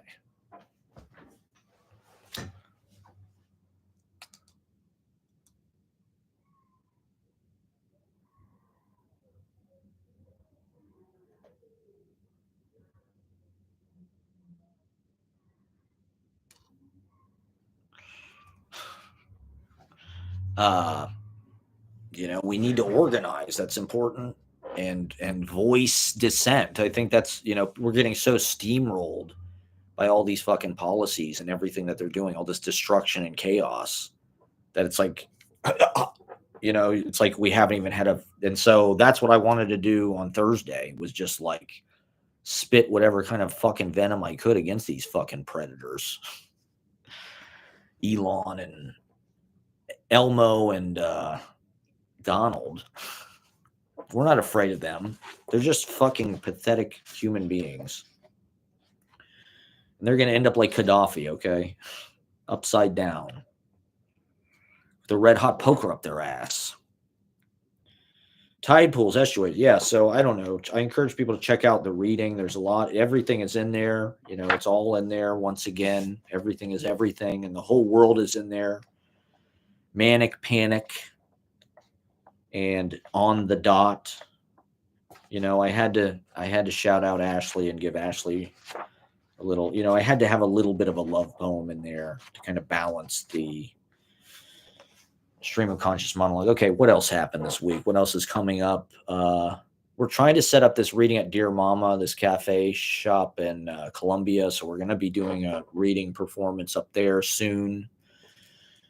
And then I've got a gig at Pete's Candy Store coming up April 10th or something. I think it's a Thursday. So the idea sort of is do these gigs as places of composition, to respond and to speak and to breathe fire and to fight the info wars and the entertainment wars.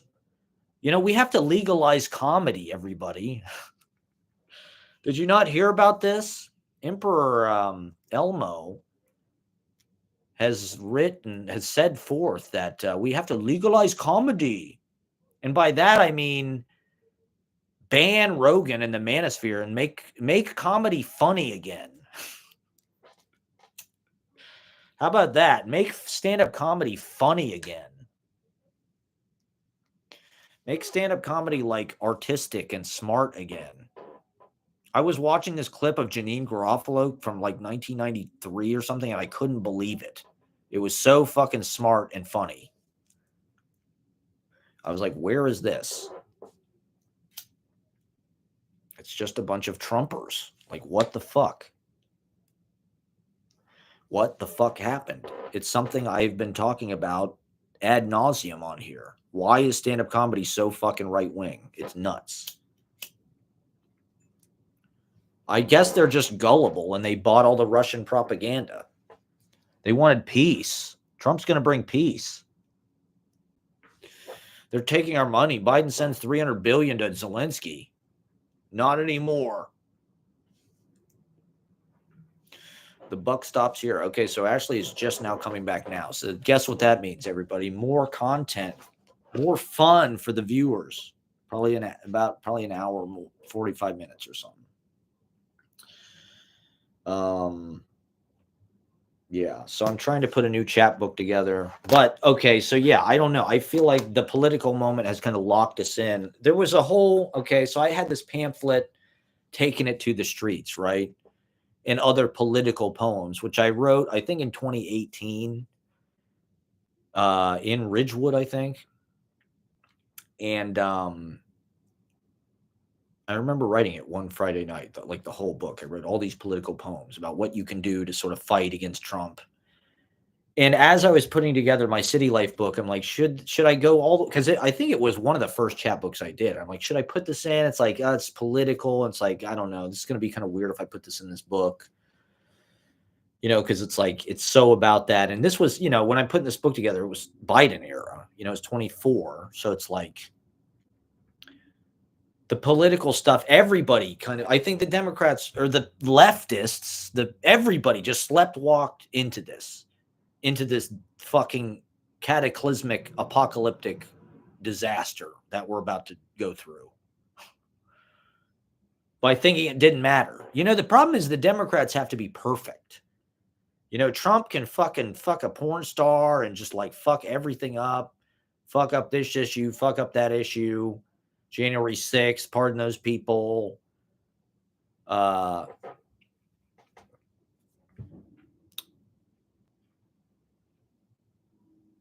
But it's like people don't care. It's like, the Democrats, they have to be perfect. They have to be completely just like anti their own empire, anti their own. I don't know. It was just kind of. They should have had better strategists that understood what was going on, how they were being characterized, and how they should have framed. The fact that Trump was able to frame the argument like he was the peace candidate and the Democrats were the war hawks, that's like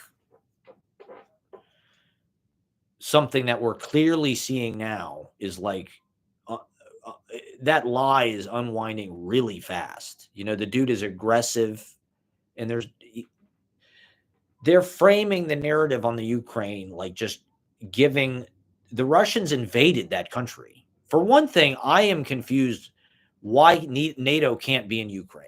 Why is that such a big fucking deal? I mean, I understand like Russia does not want them there because it's right next to their country. I get that they don't want that. Like people say, well, would the United States want Russia and Cuba? It's like, well, they kind of like that's what the Bay of Pigs was about, right? Like Kennedy did not invade them. They wanted to invade because at the Bay of Pigs, and Kennedy said, we're not doing that. And so they left those guys with their asses hanging out. But it's like,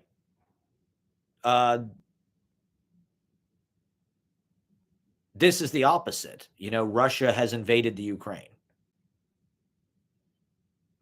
And yet the dialogue is Zelensky is a dictator. The NATO is the aggressor. Even Democracy Now! That's what Democracy Now! And I understand that point of view. I do understand that point of view.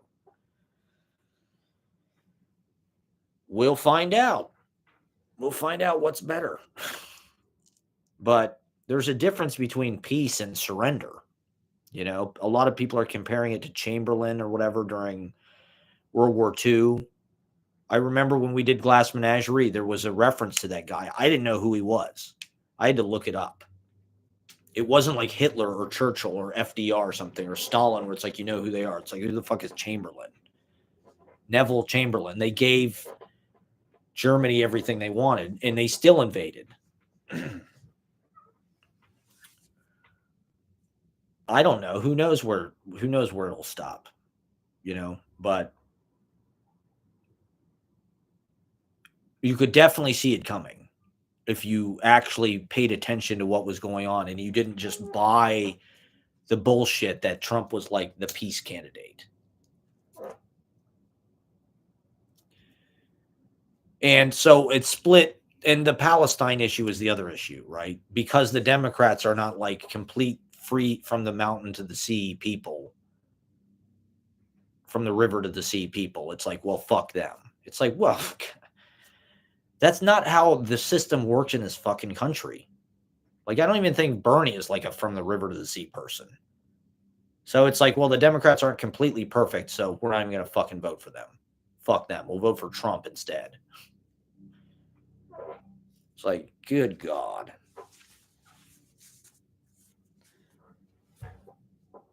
It's just a bad strategy. You have to do what's best for yourself. Now what? People's Social Security is going to get canceled. So the whole federal government's going to get fired. They're going to try to turn it into a startup. They're going to have freedom cities with nuclear power plants, and just you can do any kind of weird human tech, Neuralink fucking human experiments, mandatory Neuralink implants. Oh, but there was a chip in the vaccine. Oh, I shouldn't have said that on YouTube. They'll probably take this down. That was a joke. That was a joke. That was ironic. I did not mean that, YouTube, if you're listening now. That's what people believed. That's fucking insane. That's absolutely fucking insane. Meanwhile, Elon Musk is literally putting chips in monkeys and they're dying. So I don't know. Who knows how far it'll go, how far they can take it, who's going to stop them?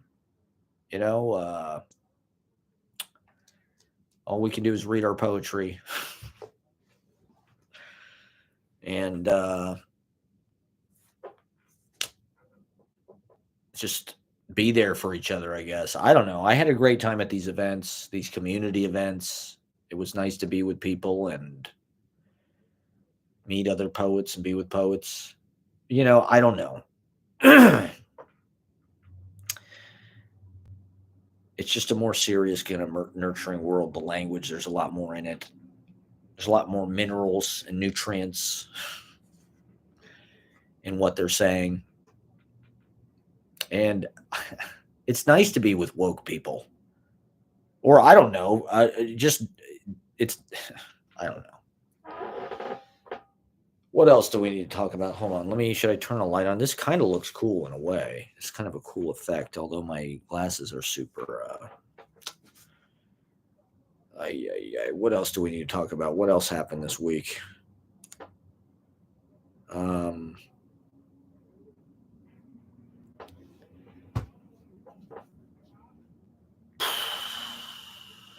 don't know. It's just such a weird moment because you're like, you can feel this already happening.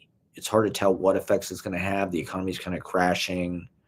And it's clear. I mean, that's the reason why I feel like I don't really need to reiterate, but it's like, it's clear they're trying to crash the economy so they can buy everything. They're trying to crash the market so they can buy everything cheap and just disempower poor people even further, just extort poor people even further, drive the prices up. Force us to work to death if we're lucky, if we can even get a job. Apparently it's impossible to get a job now. I was just talking to this poet guy from Seattle. Apparently Seattle is unlivable. It's so expensive. You either live in, I think he said it's more expensive than New York. I don't know. Is that possible? That can't be right.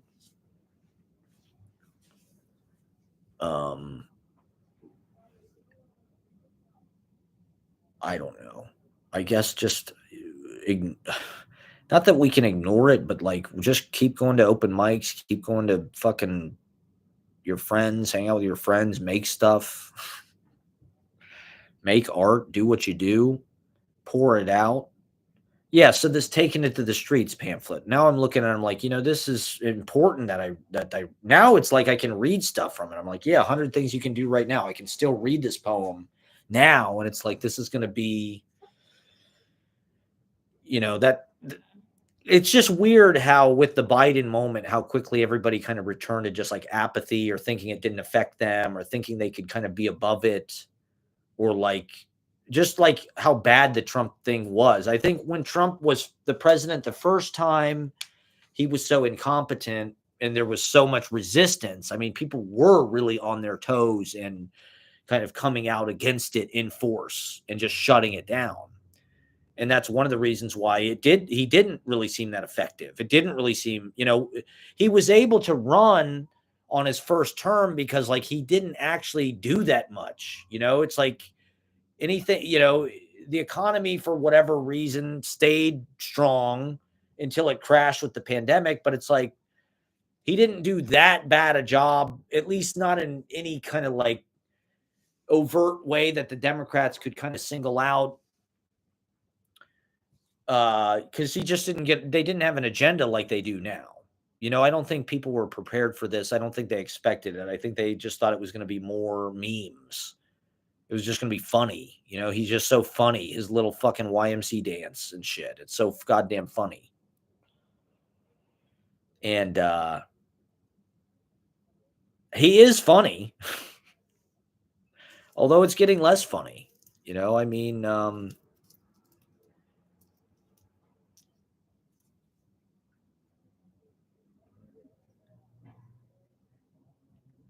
Linda McMahon is the Secretary of Education. If I would have known that Linda McMahon was going to be the Secretary of Education when I was in high school, I probably would have just taken even less seriously.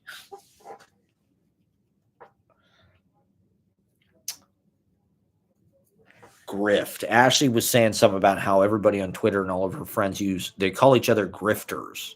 Everybody using the word grifter. It's like they don't know what it means. It's just in the media now. The word grift is all over the fucking media now because that is what's happening in the White House. It's just the biggest grift of all time with the crypto and the fucking this Doge thing is the biggest grift ever. Where it's like he's literally just slashing everything that our tax dollars actually do. I mean, they are doing something. Like these people do have jobs. They're doing something. And then he's going to give it to rich people. He's not giving it back to fucking poor people. Poor people are going to be paying more.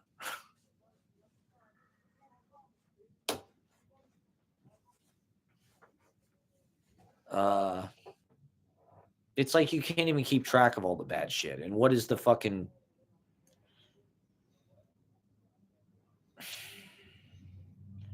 Or like the policies are just like so obviously. The thing that's really scary, like, is them firing like the air traffic controllers, the food safety people. I mean, they fired all the park rangers for some goddamn reason. They want to privatize that. Like that's the big ploy is to like privatize everything. And it's like this shit's going to be a lot more expensive when the government doesn't do it. When a private company does it, it's going to get a lot more expensive. Everything is going to get more expensive. And they're going to charge for every fucking thing. That's the thing that drives me nuts in my lifetime. It's just like the growing acceptance of just like this economic driven mindset and marketplace driven mindset, even amongst like my family. Everything is like a financial transaction. It's all like, hey, you have to pay to do this. It's like, what? Everything. It's like you can't just do something nice for somebody. It's like, well, you got to pay your fair share, and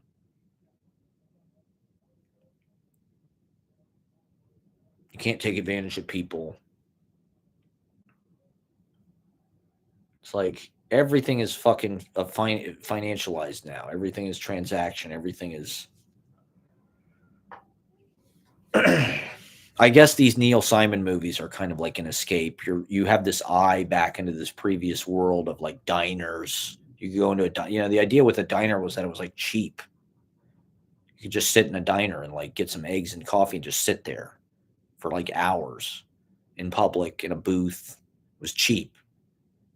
It was like 85 cents for a cup of coffee or something. Maybe less. Probably less. How's that look? Is that better? There's always more to say, god damn it. Let me turn the heat on.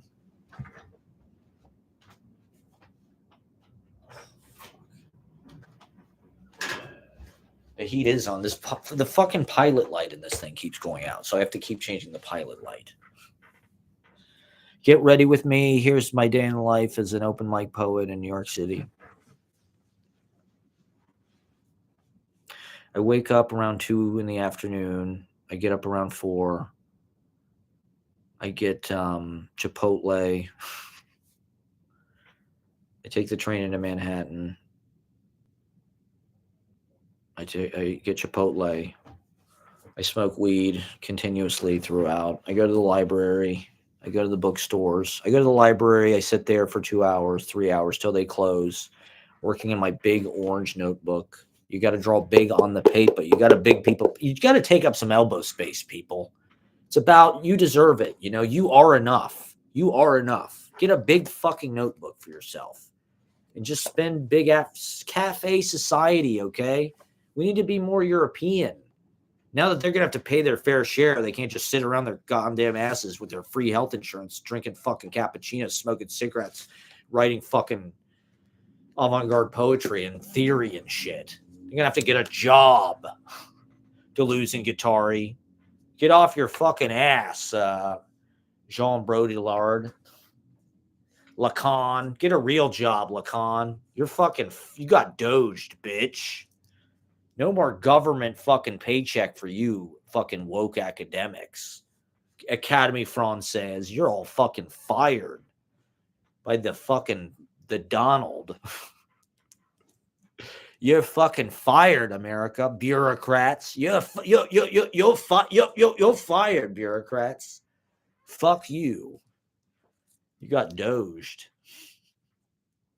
Maybe I should just become an extreme right wing. I'll bet people would watch me if I was a fucking Trumper or something talking about fucking crypto and shit. I'd probably have hundreds of thousands of people watching. That's what I've seen.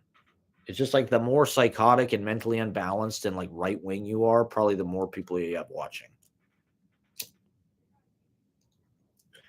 If you're like a light warrior with like good spirits, like forget about it. No one is ever gonna tune in. You're shadow banned, bitch. You are buried. Yeah, I had to tune out. This guy was bitching about how nobody was watching. Anyway, body awareness. Check it out on YouTube, everybody. I encourage you, watch plays, write plays about your community. Write your own Saturday Night Live sketches. Start an improv group. Why the fuck not? Okay? Start a woke improv group with your queer friends. God damn it. This is resistance. We need more land acknowledgement. More woke. More free transgender fucking illegal immigrant surgeries on children. More child genital mutilation on. Can I say that on YouTube? Probably not. This is probably going to get so taken down. Jesus Christ. Oh boy. This is I don't know. I thought these assholes were all about free speech now. I thought now that tech has taken over our lives and we're about to enter into some kind of like tech monarchy. We're like this council of like billionaire wise men who's going to decide the dark fate of our globe amongst the planets. We're entering into a new medieval, what is it? Dark fantasy. It's the endarkenment. It's the enshittification of the endarkenment. So I'm trying to keep it not shitty, okay? I'm trying to keep it real. I'm trying to abuse some fucking human blood into the mammalian reality, into this fucking bullshit. It's all just a big fucking issue of Cosmo or something. TikTok, YouTube vlogs. My shitter. You want to talk about indie film? I am a Nora. You motherfuckers. I lived it. Did you not see me at Brighton Beach this summer? Are you not? I live with the Russians. I am Krasnov. I am a Russian asset, okay? I'm sorry, everybody. I'm here to admit it, okay?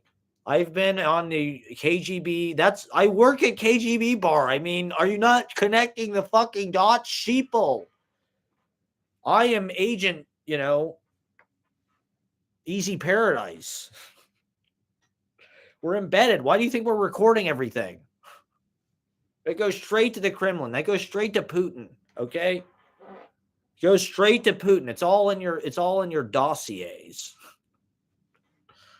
It's all going into your fucking dossiers. In the Politburo. Okay? No, more like it's going straight into the fucking Google CIA complex. We don't need the CIA. We have Google. We have Alphabet. That's probably the way that they look at it. I mean, Have people heard the speech from Network, the movie Network? Ned Beatty gives this speech about there are no countries, there are only corporations. That's what these guys actually think. The countries just get in the way. The government regulation, that's why these tech guys hate the government so much, because the government just gets in their way. They should be allowed to do anything. The free market, they should be allowed to do anything. And they, if only the government would let them do anything, then they, oh my God, it'd be, you wouldn't even believe what they would achieve. But it's a fucking government holds them back with their fucking bullshit regulations and red tape. These dumbass blue cities and the politicians, Gavin Newsom, new scum. Give him a nickname. Give him some kind of nickname. Give him some kind of mean-spirited fucking bully childhood playground, schoolyard nickname. New scum.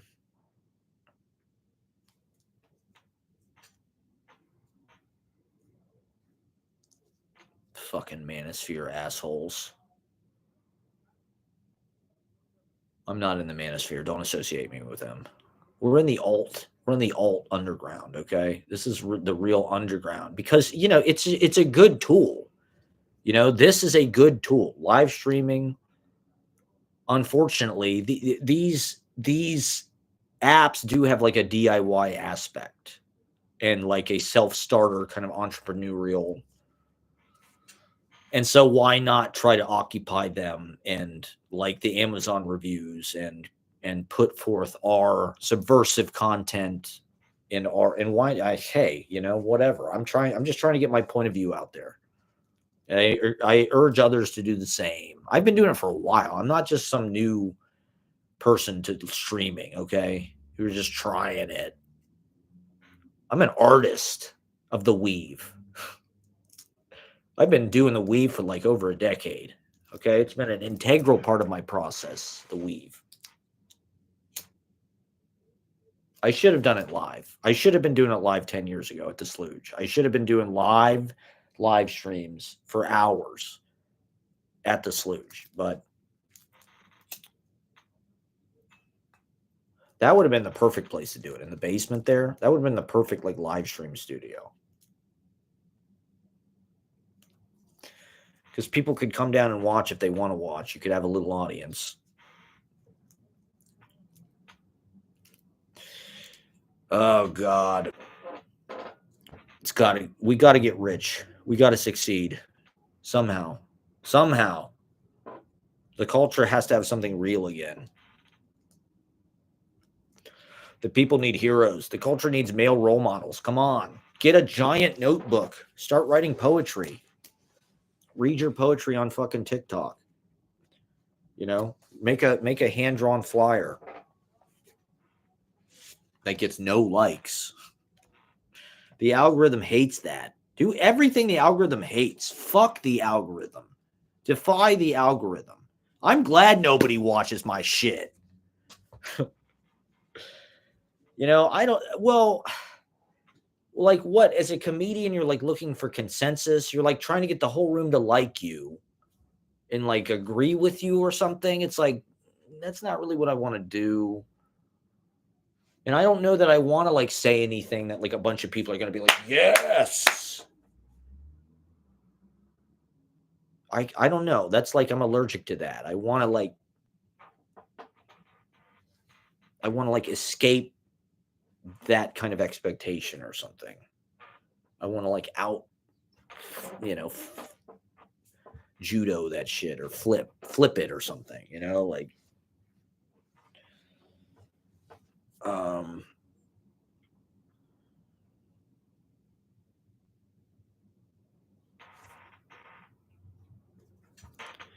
so these are our weapons, okay? The notebooks, the pins. Are they going to arrest all the writers? Are they going to arrest Mark Maron? Who are they going to arrest? When the Trump Gestapo, when the gold member Trump level security elite UFC fighters, who are they going to arrest? Mark Maron, probably Janine Garofalo, I mean, who does Trump hate? Bill Maher? Do you think they'll arrest Bill Maher? I think Bill Maher could easily switch. He could easily be MAGA. He could easily be like, no, I love the anti woke. Trump, you're hilarious.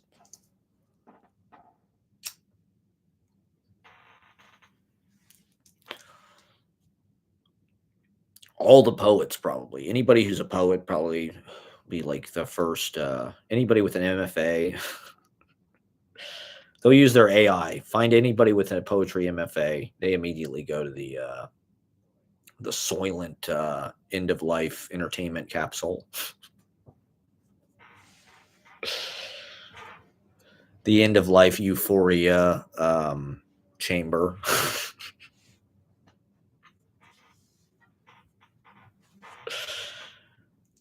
Oh, you have poetry chat books. Wonderful. Right over here.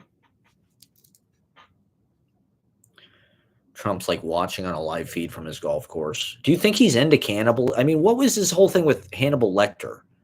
His good friend, Hannibal Lecter, great man who likes to have his friends over for dinner. Like, is he into that? Like, what the fuck is that about? The sick fuck? Is it like what's that movie, The Freshman, where there's like that club of people that like eat exotic animals? Is that what Trump? That's probably what his kids are into, right? His kids are like hunting all these like endangered species and shit. I mean, they literally are the worst people. Like they're just bad people. They are not just like these entertaining, like fun-loving business people. They're sadists. They're like I don't know. Who's the character on The Simpsons that like laughs when it's like the Kennedy kind of ripoff. He's like Quimby relative. Everything's a Simpsons reference. Oh man, I saw on Reddit they have the address of the Lonely Island's apartment where they lived when they made Lazy Sunday. It's on Charles Street between Bleecker and West Fourth. It's like it's insane. It's like the best part of the West Village. So of course these guys were living this like unbelievable life in like this greatest neighborhood on fucking in the United States anyway. What a life. What a life. So yeah, I'm going to put some kind of new poetry chat book together. Well, I wanted to kind of wait maybe a little bit between the chat books. Now it's like, since I typed some shit up in like October, but like since I put my last chapter book, and now it's like there's been the election. So it's like I want to kind of have that arc in it. I want to have that whole going from kind of just like the happy obliviousness of like Biden kind of there was like a euphoria to like the morphine of the fucking stimulus. For the first couple years, things were pretty dope after, of Biden until the inflation really hit. It's like everybody had a bunch of money, everybody had a bunch of free time, everybody's working remotely. You could just move cities, you take a U-Haul, move across the fucking country, go do whatever. Move to fucking other countries if you wanted to. After being cooped up for a year during the quarantine, boom, it's just like, okay, they kind of bribed us into forgetting about it. And so I do think there was this kind of high or something. Things were just so great in 21, 22, 23, and 24. People just kind of thought, okay, we're back in, happy, safe, abundant comfort zone of just like zombie kind of asleep America where politics don't really affect us and these wars are conducted kind of discreetly and we're manipulated into them. And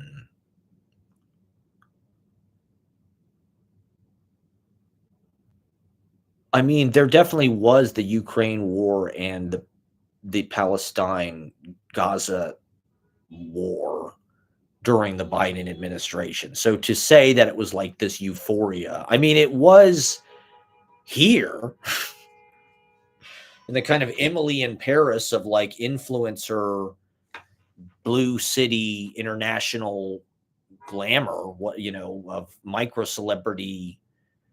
You know, if you're in New York or Paris or whatever it is, LA, San Francisco, Austin, Miami, whatever the hell it is, Toronto, Vancouver, Mexico City, Buenos Aires, whatever the hell, Columbus.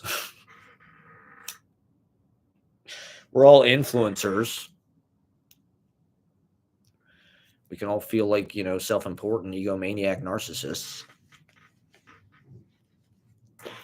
And within our little scene, you know, everybody can kind of feel some kind of like self-worth, self-importance. Let it go to your head. Get a bunch of stupid tattoos like everybody else.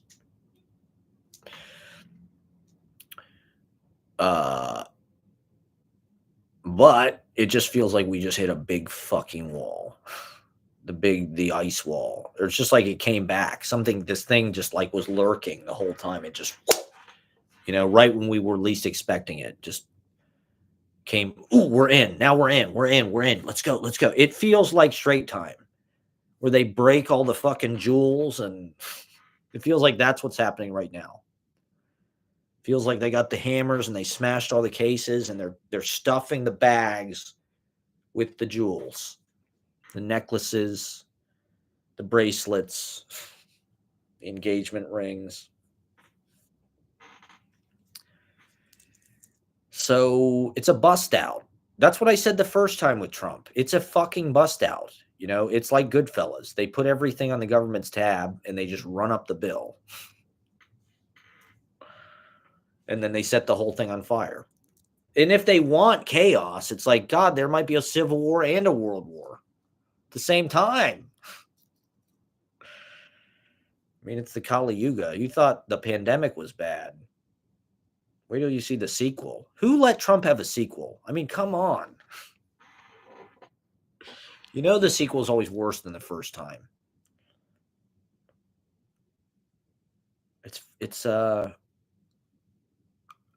And so chaos, what does that look like in this country? It looks like everybody fighting each other. Who knows? I guess it hasn't gotten that bad yet, but it's been cold. Who knows? It's about to get warm this summer. Who knows where we'll be? How long it'll take? What they'll be able to get away with? How far they'll push it?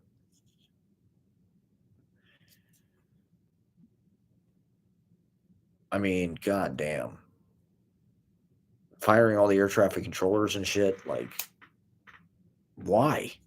How does that make sense? I guess that's going to be a private industry or something. They want to just make it some private business or something. Why? You know, those guys are flying everywhere all the time. You know, Trump's always flying around. Elon Musk, I'm sure, is always flying all over the fucking place. It's like, don't you want to be fucking safe? I saw all these videos. Some SpaceX rocket exploded, right? So all these people posted videos about how their fucking flights got rerouted because of the debris from this fucking rocket Elon Musk's goddamn rocket. I don't think there were any people on it. That's why they want to deregulate. Let's just let's explode more fucking rockets. We got to be able to try shit while we're on ketamine. God damn it. It's like your dad setting off fireworks, or your stepdad that you didn't want. Elon Musk is like America's stepdad. It's like, wait a minute, we don't want this guy. We don't like this guy. Now he's bossing us around, blowing shit up, setting off fireworks. These one people had a fucking, they had flown all the way from Puerto Rico, and they had to turn around and go back. They were like an hour from landing. They had to turn around and go back because of the SpaceX thing. It's like, I guess just look forward to more of that. More of that kind of malarkey. Just kind of mischief. No big deal. Just kids playing with their toys. Hey, you want to make an omelet, you got to break some fucking eggs. You got to break some human beings' lives in half. In fact, we like that. The more lives we destroy, the better. It's the Vince McMahon style of leadership. The more your employees suffer, the better. The better for you. Yeah! Everybody's lives are destroyed. Right? Remember McMahon had that line about, I enjoy destroying people's lives. I get off on it. I'll bet it's true. I'll bet he secretly has jacked off to the idea that Owen Hart is dead. Yeah, I said it, okay? I would love to make a McMahon biopic. I'd love to write a McMahon biopic. I think McMahon, oh, great. Somebody tuned out because I said the thing about McMahon jacking off to. Oh, well. Hey, whatever. You want to make an omelet, you got to break some eggs, okay? Hey, you offend some people. Hey, sorry you're offended. I'm so sorry. I your feelings. The snowflakes can't handle my. Meanwhile, Chris DiStefano is headlining Madison Square Garden. Do people even know who this is? Who watches this guy? Apparently, he was on MTV's Guy Code. TikTok is fucking torturing me. It's showing me all these videos. It's like Chris DiStefano has some apartment in the West Village. He's married. He's got kids. He's like, yeah, I'm headlining Madison Square Garden. It's like, how does this guy have 1 million fucking subscribers? He's like the low end Andrew Schultz. Or I don't even know. I mean, these guys are just who watches this? He's like the low end Bert Kreischer.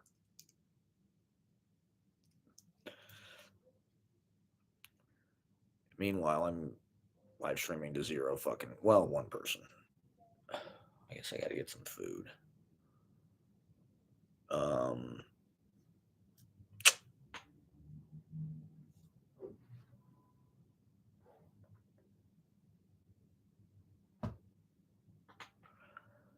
What else? What else do I need to complain about? My live stream, it's like Andy Rooney, except it's 4 hours long. It's 4 hours long of just Andy Rooney complaining about every goddamn little thing is there anything good? That's why I was talking about the Neil Simon movies. What's new? I mean, did Anora, do you think it really deserved Best Picture? I don't remember really what the other nominees were. It was a good movie. I thought it sagged a little in the middle. I don't think it was, I don't know. Sean Baker, I think it's good for what he's doing. It was okay. I guess it could have been worse. It's good that they're trying to champion indie film or something that actually has some kind of just vision. Let's just see. I just want to see the Best Picture nominees to see if that was really okay. A Complete Unknown, Conclave, Dune 2, Amelia Perez, I'm Still Here, which I didn't. Apparently, Nickel Boys was incredible. The Substance, Wicked. Okay, so I don't know. I guess amongst those, I guess Anora's a pretty cool choice, but it's kind of surprising. It's not Pulp Fiction. It's not some fucking cultural milestone of a film. I don't really feel like it was it was a really good indie movie. I don't know. Good for Anora. It was a good movie. What the hell? It was no Chapter 2. But, that didn't win Best Picture either. It was no Sunshine Boys.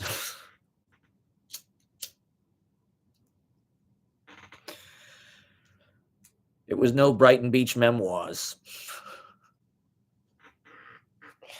Chapter 2. Okay, so anyway, fuck.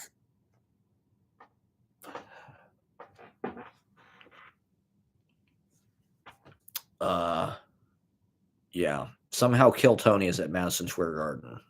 And KGB open mic, we get a good turnout, but we'd like to break through, to become a cultural example for people. People should be starting. It should be about local culture. I think the internet, people should embrace that side of it. Try to find, like I said, I'm watching these fucking like amateur productions because you can find them. Somebody set up a camera at their fucking college production or community theater production of a Doll's House or whatever. Why the fuck not? Or, you can see kind of like this body awareness. It's like, where else am I going to see this fucking play? Nowhere. Maybe somebody like, do I want to go to the library and read it? Like, not really. Like, it's just, I don't know. It's like open mic where it's like you're kind of embracing humanity. It is kind of unfair that there's this asymmetry and kind of disproportion, unbalance between celebrity and nobody and just your average person. It's just like you're worthless if you're not famous. Your life doesn't matter. It's meaningless. You'll be forgotten. You have to become some kind of historical figure, or those people are better than us, or they're impressive or something. And it's frustrating to live in the kind of contrast of that and the scale of that. I mean, particularly in New York, it's like you're among the giants, and you can smell it. It's like you're on the catering staff, and you're serving all these people, and there they are. There's Drake and there's Rihanna, and it's like you're at some fancy thing. It's like, well, but look at me, I'm just a fucking service worker. I'm a eunuch. And we're cultural eunuchs, Gen Z men. They're not incels, they're eunuchs.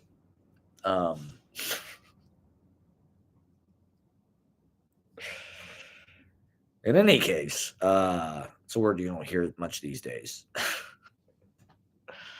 Yeah, so one thing I had noticed, okay, this guy that I did Shakespeare plays with, I don't know how, but somebody did videos of all of the Shakespeare plays with like direct sound. I think they may have even had multi-camera production. So it was like a pretty good quality for like, a broadcast camera thing. It was pre-digital kind of video, but like the production of the Scottish play that I'm in, I'm pretty sure is on fucking YouTube. You can watch the whole fucking play. It's got good sound because we wore microphones. So I literally think that they ripped the sound off the board. So he posts, like he's been in a lot of these plays over the years in Columbus, Ohio at Actors Theater, which is an outdoor Shakespeare theater. But it's a local theater in Columbus, Ohio. It's not union. You get paid, but it's very little. I mean, I loved it. It was my kind of like romantic thing of my youth doing that.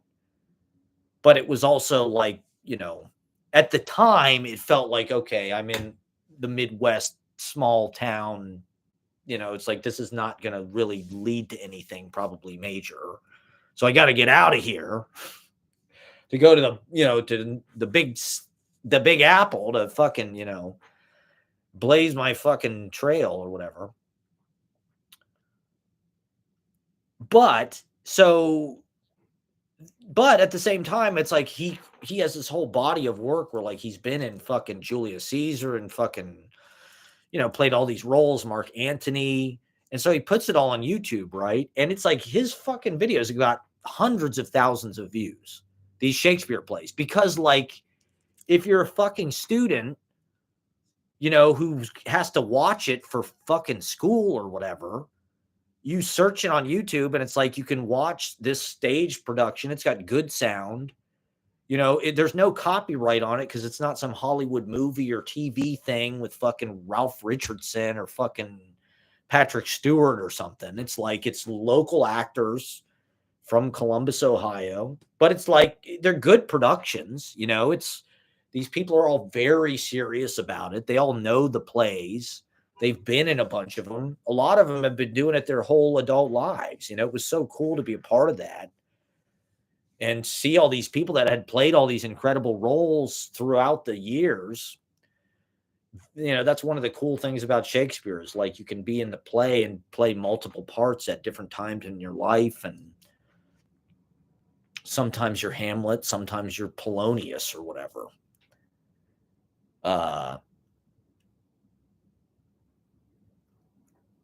And so,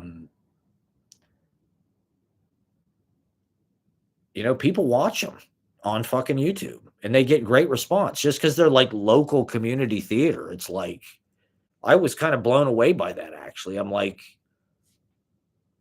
I mean, it's like I said, it's stuff that people probably are watching for classes that they're in. So it's like, it's not necessarily something they're probably looking up in their free time. Who knows? I don't know. Maybe they are. I'm going to start to do more of it. I think film theater is like completely like an underdone thing. Like,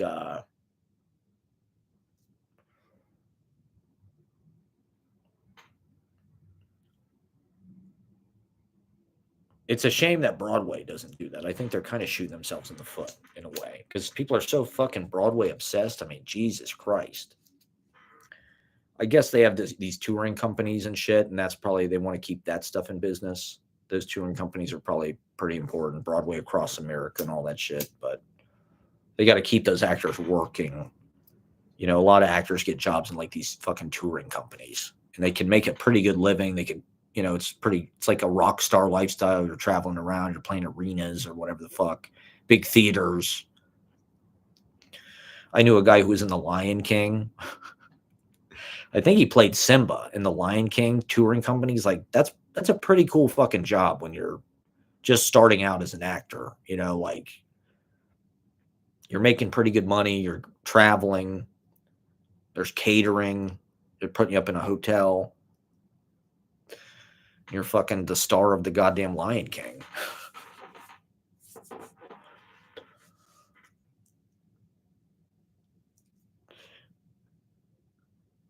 But who the fuck knows? Who knows what the future is? Hopefully these things stay alive. Live performance matters. That's why I try to bridge it with the streams and stuff. I just think it's a good idea to do that. Like, I don't think it eats into your audience. I think it actually is only going to multiply your audience. If you put I don't think people are not going to show up because you're streaming it. It's like you can have both. You can have a big, like Kill Tony or something. It's like you can have a big audience online from a show that's like a live streaming show. If you put the production into it and like,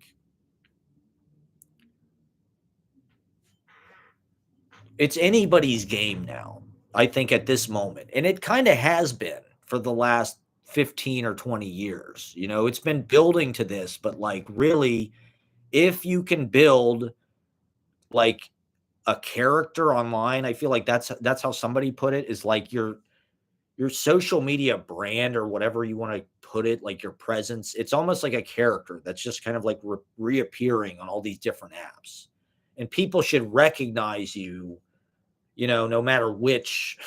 That's the idea. If you're trying to be in show business, I think these days, I think this is like, if you're trying to make it, it's like, why not try to do both? Why not try to like audition for shit or whatever and make your own shit and get an audience online? If you can crack that, like, why the fuck not? Like, and it's also just like, to me, it's also international. I would like to believe that there are people watching this and watching the open mic and the vlogs and the readings and the performances. Not everybody's going to come to Young Ethel's or Caffeine Underground or house party, but you can watch it. You can watch the reading, and it's there if you want to watch 5 years from now. Hopefully, YouTube keeps their streams forever. Hopefully, they just archive it. I hope that there doesn't come a day when YouTube, like I said, I feel like they use it for AI or something. That's its real purpose. Facebook probably might not have that same goal or something, but I really, it's an outreach thing. It's a way of, there is a small percentage of people that follow the Easy Paradise account and probably this that live here and there, San Francisco, Canada, Australia. I've got people in different countries here and there. We had whatever happened to Kiwi Mountain is what we're all wondering. Whatever happened to Kiwi Mountain? Those were the days with Kiwi Mountain. He just kind of disappeared. We've still got Adam S. and Bruce Halliday. Howard. But Kiwi Mountain really, he paid me $20 through PayPal, through the PayPal Mafia, giving them a little taste. So yeah, go watch my reading. I encourage people when this is over, watch my reading from Thursday. It's on my live streams. It says poetry reading live in Bushwick. And Galvin, I've got Galvin's readings and Geo's reading too. So I live streamed the second half. I just didn't do the first half because it was like there was a break and, my phone might die or something. So I live streamed the second half. So you can watch Galvin's reading and Geo as well. It was an excellent event. So I encourage people to check it out and just hear the poetry, the long poem and the whatever. Maybe it'll move you to creation, inspire you to, your own compositions, your own catharsis, your own creation. Now more than ever, it's like everybody, all hands on deck. Let's put our queer shoulders to the wheel. And this is Real Time with Bill Maher, and this is Club Random. Look at Bill Maher. He's on all fronts. Let's do it. Let's get into these spaces and spread the word. Preach. This is the pulpit. This is the sermon soapbox right here. The stream. Stream is almost like an anagram of sermon. I mean, if you thought Facebook status updates were bad, wait till everybody starts live streaming. Wait till your crazy uncles and wait till all the people on Facebook start live streaming. Or boomers, do boomers live stream? Do they understand it or do they just go, what the fuck is going on? This is the most boring thing imaginable. It's the most boring narcissistic thing I could imagine somebody trying to pass off as entertainment. But I think people just want to listen. It's just storytelling. It's just like listening to your elders, your loved ones tell a story or, it's just oral history. And so I want to talk about the news. I want to talk about the details of what's going on now. I want to be half in now because you have to be now. The audience is live. The audience is here and you're really doing it for them. But you also want to send it into some kind of posterity where it lasts, where you can watch this later and it holds up. And so I also think about those Ed Sanders poems, those long, he's got the 3-book series. That's a whole history of the United States in the 20th century, 3 books. And they're if you read my poems, they're kind of just like more immediate diary versions of that, where it's like they're these kind of like little island stanzas of facts. And it's almost like an almanac of here's everything that happened in 1940 and 1933 and political. He's talking about the CIA and JFK and the Bay of Pigs and, whatever, Pearl Harbor and whatever, he's turning it into these little stanzas of poetry, breaking it into short lines. And And so I like that he has a political intent but also a factual intent. He's a journalist. It's like it's almost like a form of journalism, or he's a historian, really. And so I like working in these kind of like in between modes where it's like it's a diary, but it's also kind of a chronicle of the age and just kind of the theater of goings on. And it's weekend update, and it's a newspaper, and it's a newsletter, and it's a bully pulpit and a stump speech. But it's also just an improvisation, a free jazz, and a big poem, and of thinking on your feet and freestyle and having to do it under pressure.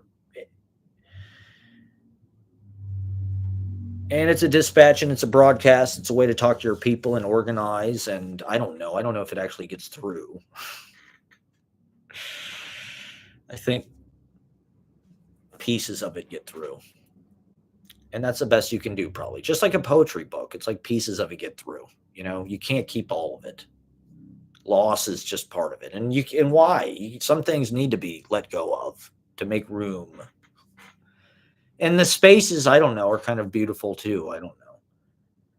Absence is the most, concrete form of presence, or whatever the Joyce quote is. I just heard the other day. I don't know. What else? Just a few minutes left, everybody. Thank you for this little matinee session. Oh, I could have, now it's dark out. Let me open the windows and shit. Ow. Ooh, my shit's all sleeping. Oh, wow. Oh my God. Okay. Because it's cold in here, I think. I got a cramp. Cramp. Oh, cramp. I'm cramp. I do want to get some of that. See, I want this. We'll get some of this in here for just the last few. It's nice. Neil Simon-esque Upper West Side views. I want to start a Tumblr, Neil Simon Interiors, and it's just the apartments from these Neil Simon movies. Because I think it's just a great chronicle of 20th century New York, middle class, working class, upper, middle class apartments, interiors, when people could actually afford apartments. You could get like a number of rooms for like just $100, $200 a month. You could get 6 rooms. You could have a family. You could have a sublet, you could have Richard Dreyfuss and your kid in your apartment. Oh, there was also a musical version with Martin Short of The Goodbye Girl on Broadway, which we tried to find on YouTube, but it's not available. There's just like this 2-hour-long press kit. So, yeah. Neil Simon Interiors. That's my Tumblr. Neil Simon Core. Oh, God. Okay. Well, good luck, everybody out there. I don't know. Try to educate yourself. Read. Think. Watch left-wing podcasts. Listen to Mark Fisher lectures,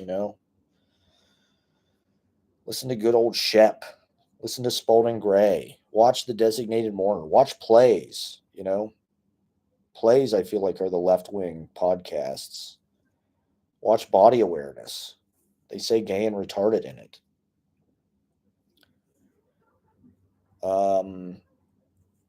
In an investigative way, in an artistic way.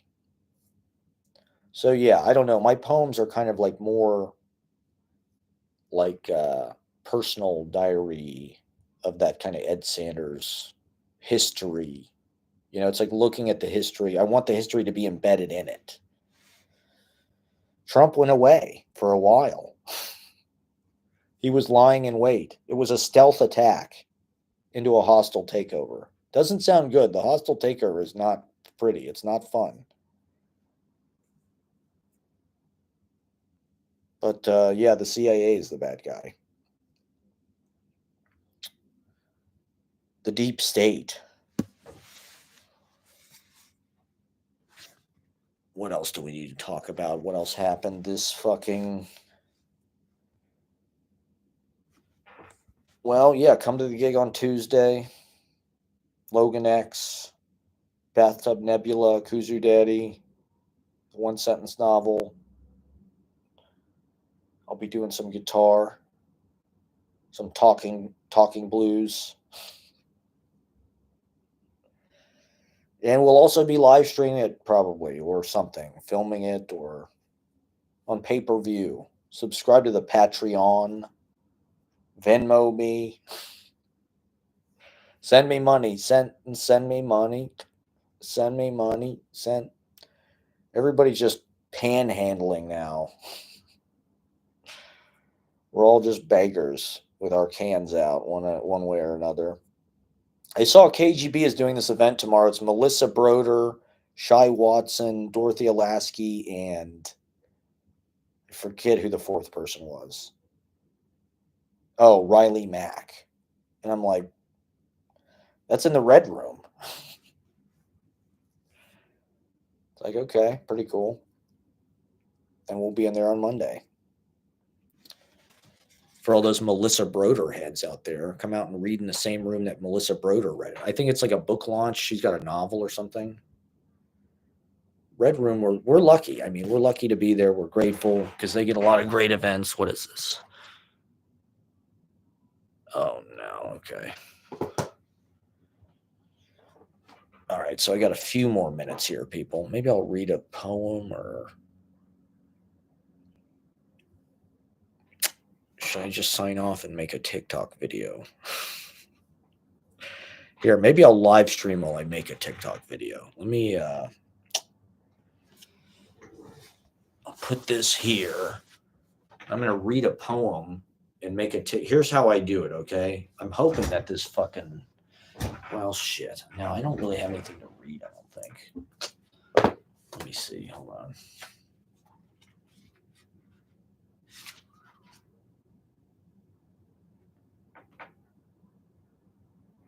All right, let me read this. Let me see what I can... Okay, so I'm just going to... Watch. Here's the process. Here's the BTS, okay, everybody? The behind the scenes. I got to turn this fucking pilot light back on.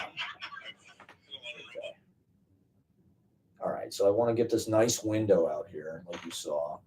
Looks shitty from here. Fuck. Okay, there we go. Maybe that. Okay. All right. 90 letters to say anything. Talking Gulf of Tonkin. Switch up a notch. Then shading. I fast forwarded that part. In War Prudence, Jeff Cesario shows up to get married, putting on his cowpers. Bend the amount of playground, having attention with Bismotti Home Depot. It's stuffy and worse funneling masks. Get Around Life Serpent took 3 months for the whole show. We deviced the opposite outcome, a Regency Sierra in Omega moods. Rough spot for a kind heart. She was really good in kindergarten today, toasting a blotter of sweets, a radar shipment of the only obvious opposition. It was good for hot ones, maybe not so much Hollywood's biggest night. Spinning the baton, nobody watched these modesty estates. Corona parquet melds with the present. We were too indoors to shut up. Secure the sharp to pull us together out of winter. More enjoying the year to thalidomide. Too Tom Wolfe, too Jay McInerney, too Gay Talese. Would it be easier to get famous for what we're doing now? Aversion to notice. We do lunch chat. Just press record on a hymn to the train. New go long there. 5 minutes till pageants on the delicate frequencies of poets. earmarked for soda voce governments, adjust the trait for BMWs in the South. Maybe they were watch entitled. We could see it fall and not know what it meant. Sketch unalived at dress, so it was moved to the front of the show where we rewrote the final cue cards mere seconds to air. My favorite year happened a long time ago, but it repeats itself all the time.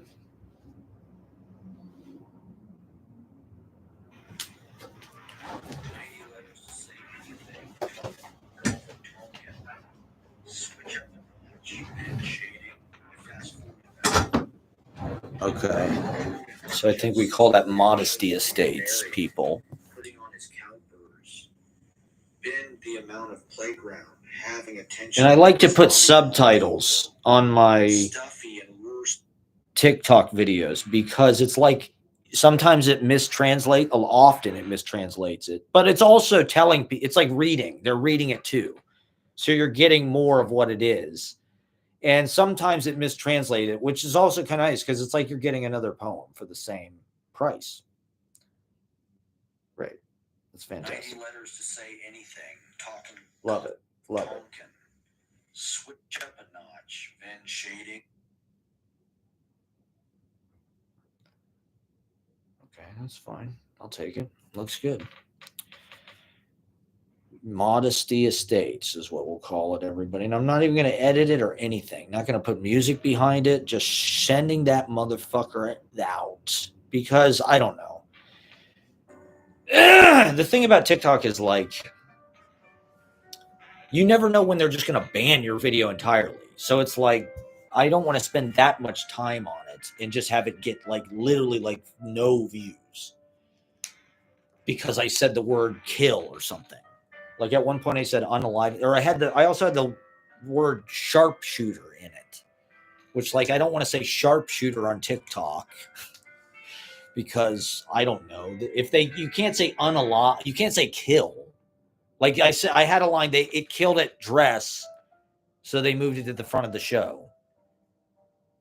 That's referring to like comedy killing, like oh I killed. You don't say it unalived. Oh I unalived in there. Oh, I unalived tonight. That room, I unalived them. I murdered them. You can't say, you got to say pew pew. You can't say shoot. You got to say pew pew for some reason. Sigma, I have some skibbity. Okay, so let's see. I posted my flyer earlier. The thing, okay, so my flyer got 145 TikTok views. That's not that many, but if 145 people saw it, it's like, why the fuck not? Why not try? That's 145 more people. Not that it's going to necessarily make anybody come out, but it's going to be a nice little show for a Tuesday night for free. Like if you live in Park Slope or if you're into, esoteric kind of like celebration of life, loving kind of art. If you want to kind of like real life, I don't know, religious experience with a flavor of poetry and Jerzy Grotowski. There's definitely a lot of Grotowski in there. So come on out for the reality show Tuesday at Young Ethel's, 9:30 p.m. It's going to be a gay old time. So I'll be freestyling, playing guitar, playing the tasty Jerry Garcia licks that you know and love. We're going to get a Ben and Jerry's ice cream flavor named after us. Easy Paradise, I think, is a no-brainer. What would the Easy Paradise ice cream flavor be? First of all, it'd be dairy-free, gluten-free. It'd be an ice cream cake, I think.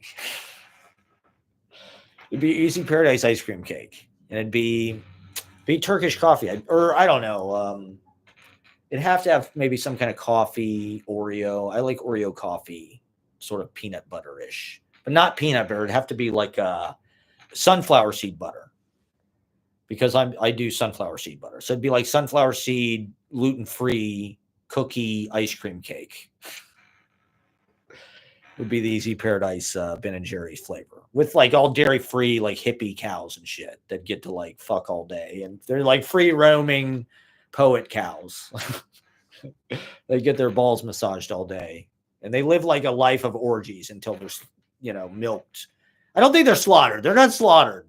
They're just milked for the ice cream. If they're going to be in labor, I don't know. I'm just kidding. If we're going to use these animals, as like our fucking beasts of burden,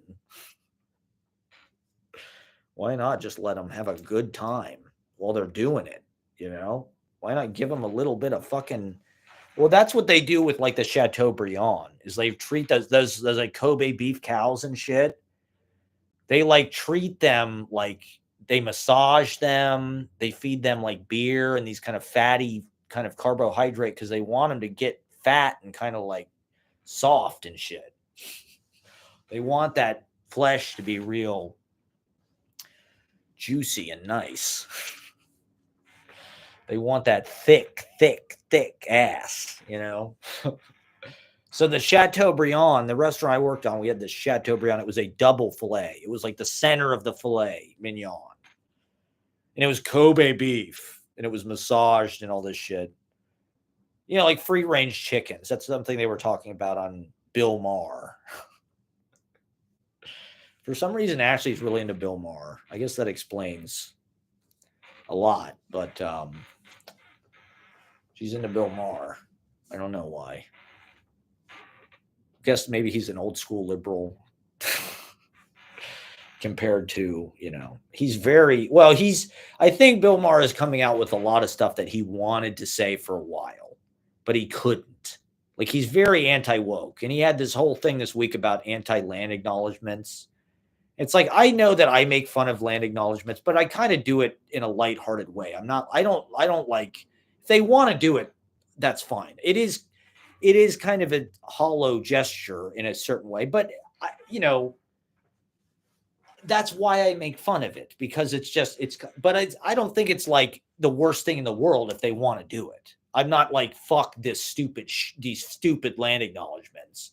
It's like, it's a nice thing. It's a nice, people are doing it from a good place. They're trying to do the right fucking thing. So he really tore into land acknowledgements. And he made some interesting points. But you can tell he's been waiting, or, he's been kind of like mulling that over. And so now he can just tee off on shit. I feel like there has been a pendulum swing culturally back to the right. Now it just feels like cancel culture is like been reversed. It's like Shane Gillis was just on Saturday Night Live again. To me, that was sort of their, fuck you to the left, or it was just them kind of going back and saying, okay,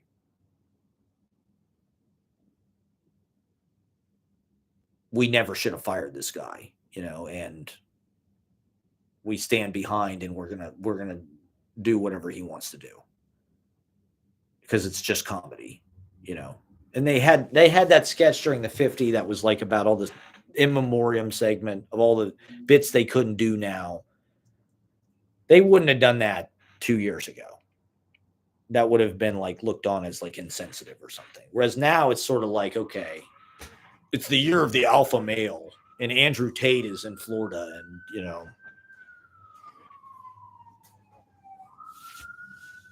now it's okay to be offensive again, and it's cool to be a MAGA person. Although, who knows? It feels like it's quickly wearing off. I don't know.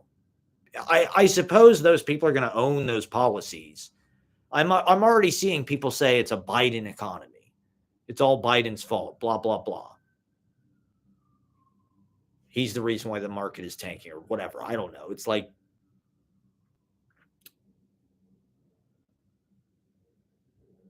I guess they'll take it. Let me get a cookie real fast.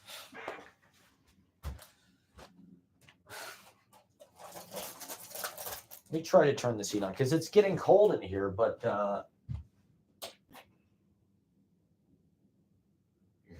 this kick on or no? I think it did. God damn it.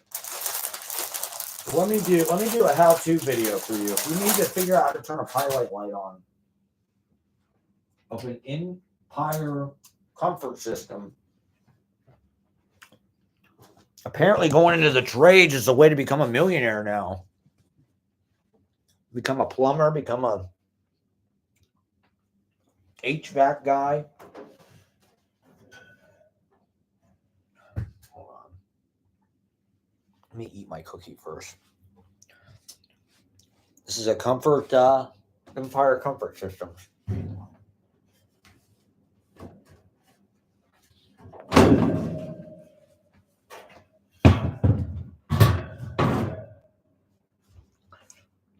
See, that's the pilot light right there. It's out. So you gotta go over here. There's a knob. You gotta turn it. All right, everybody, this is your how-to. You gotta turn it till you hear it click. And you press this thing and the light should go on. And then you just hold that motherfucker down for a while. See how the pilot light just went on? All right, so now I just hold this in. It says hold it in for 50 seconds. And then you can let it go and the pilot light should stand. See how it's on? See how I did that? That's how you how-to that motherfucker, okay? You know, this kind of shit is popular on YouTube. How to turn on the pilot light of your comfort heating system. This is really a great space heater. I mean, this thing is phenomenal. It's one of the best things about New York is a lot of these old heating systems are actually really nice. And just kind of functional. They're not really, I haven't been counting. Has it been 50 seconds? I'll go to 3:11 and then I'll let it go. So yeah, it's a 3:11 show. It's on 3:11. It's the day before Kerouac's birthday. Kerouac's birthday is the 12th.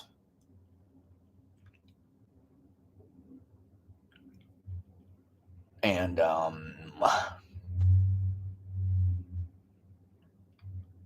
okay, and I'm going to let it go in. This light should stay on when I let it go.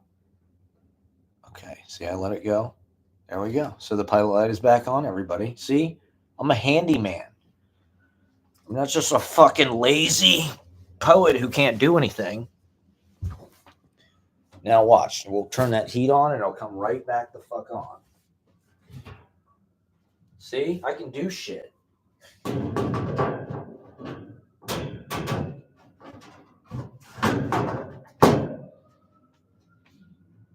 Bam!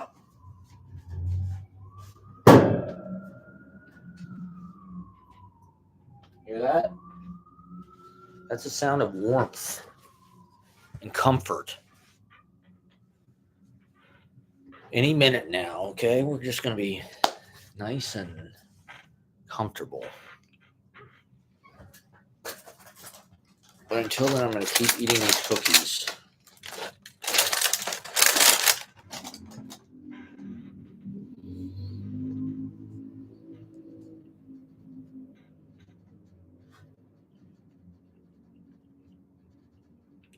Yeah, you hear that?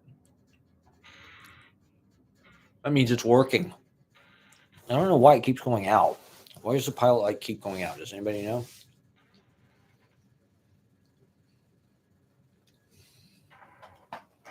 Sponsored by Confetti Cookies. Gluten-free. You gotta get these. These are the bomb.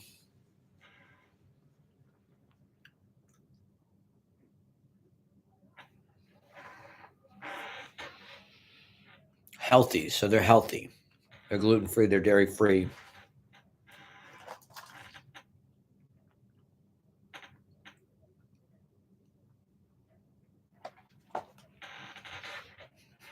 Beet juice, sunflower extract, blueberry, tapioca flour, rainbow sprinkles. All right, that's it.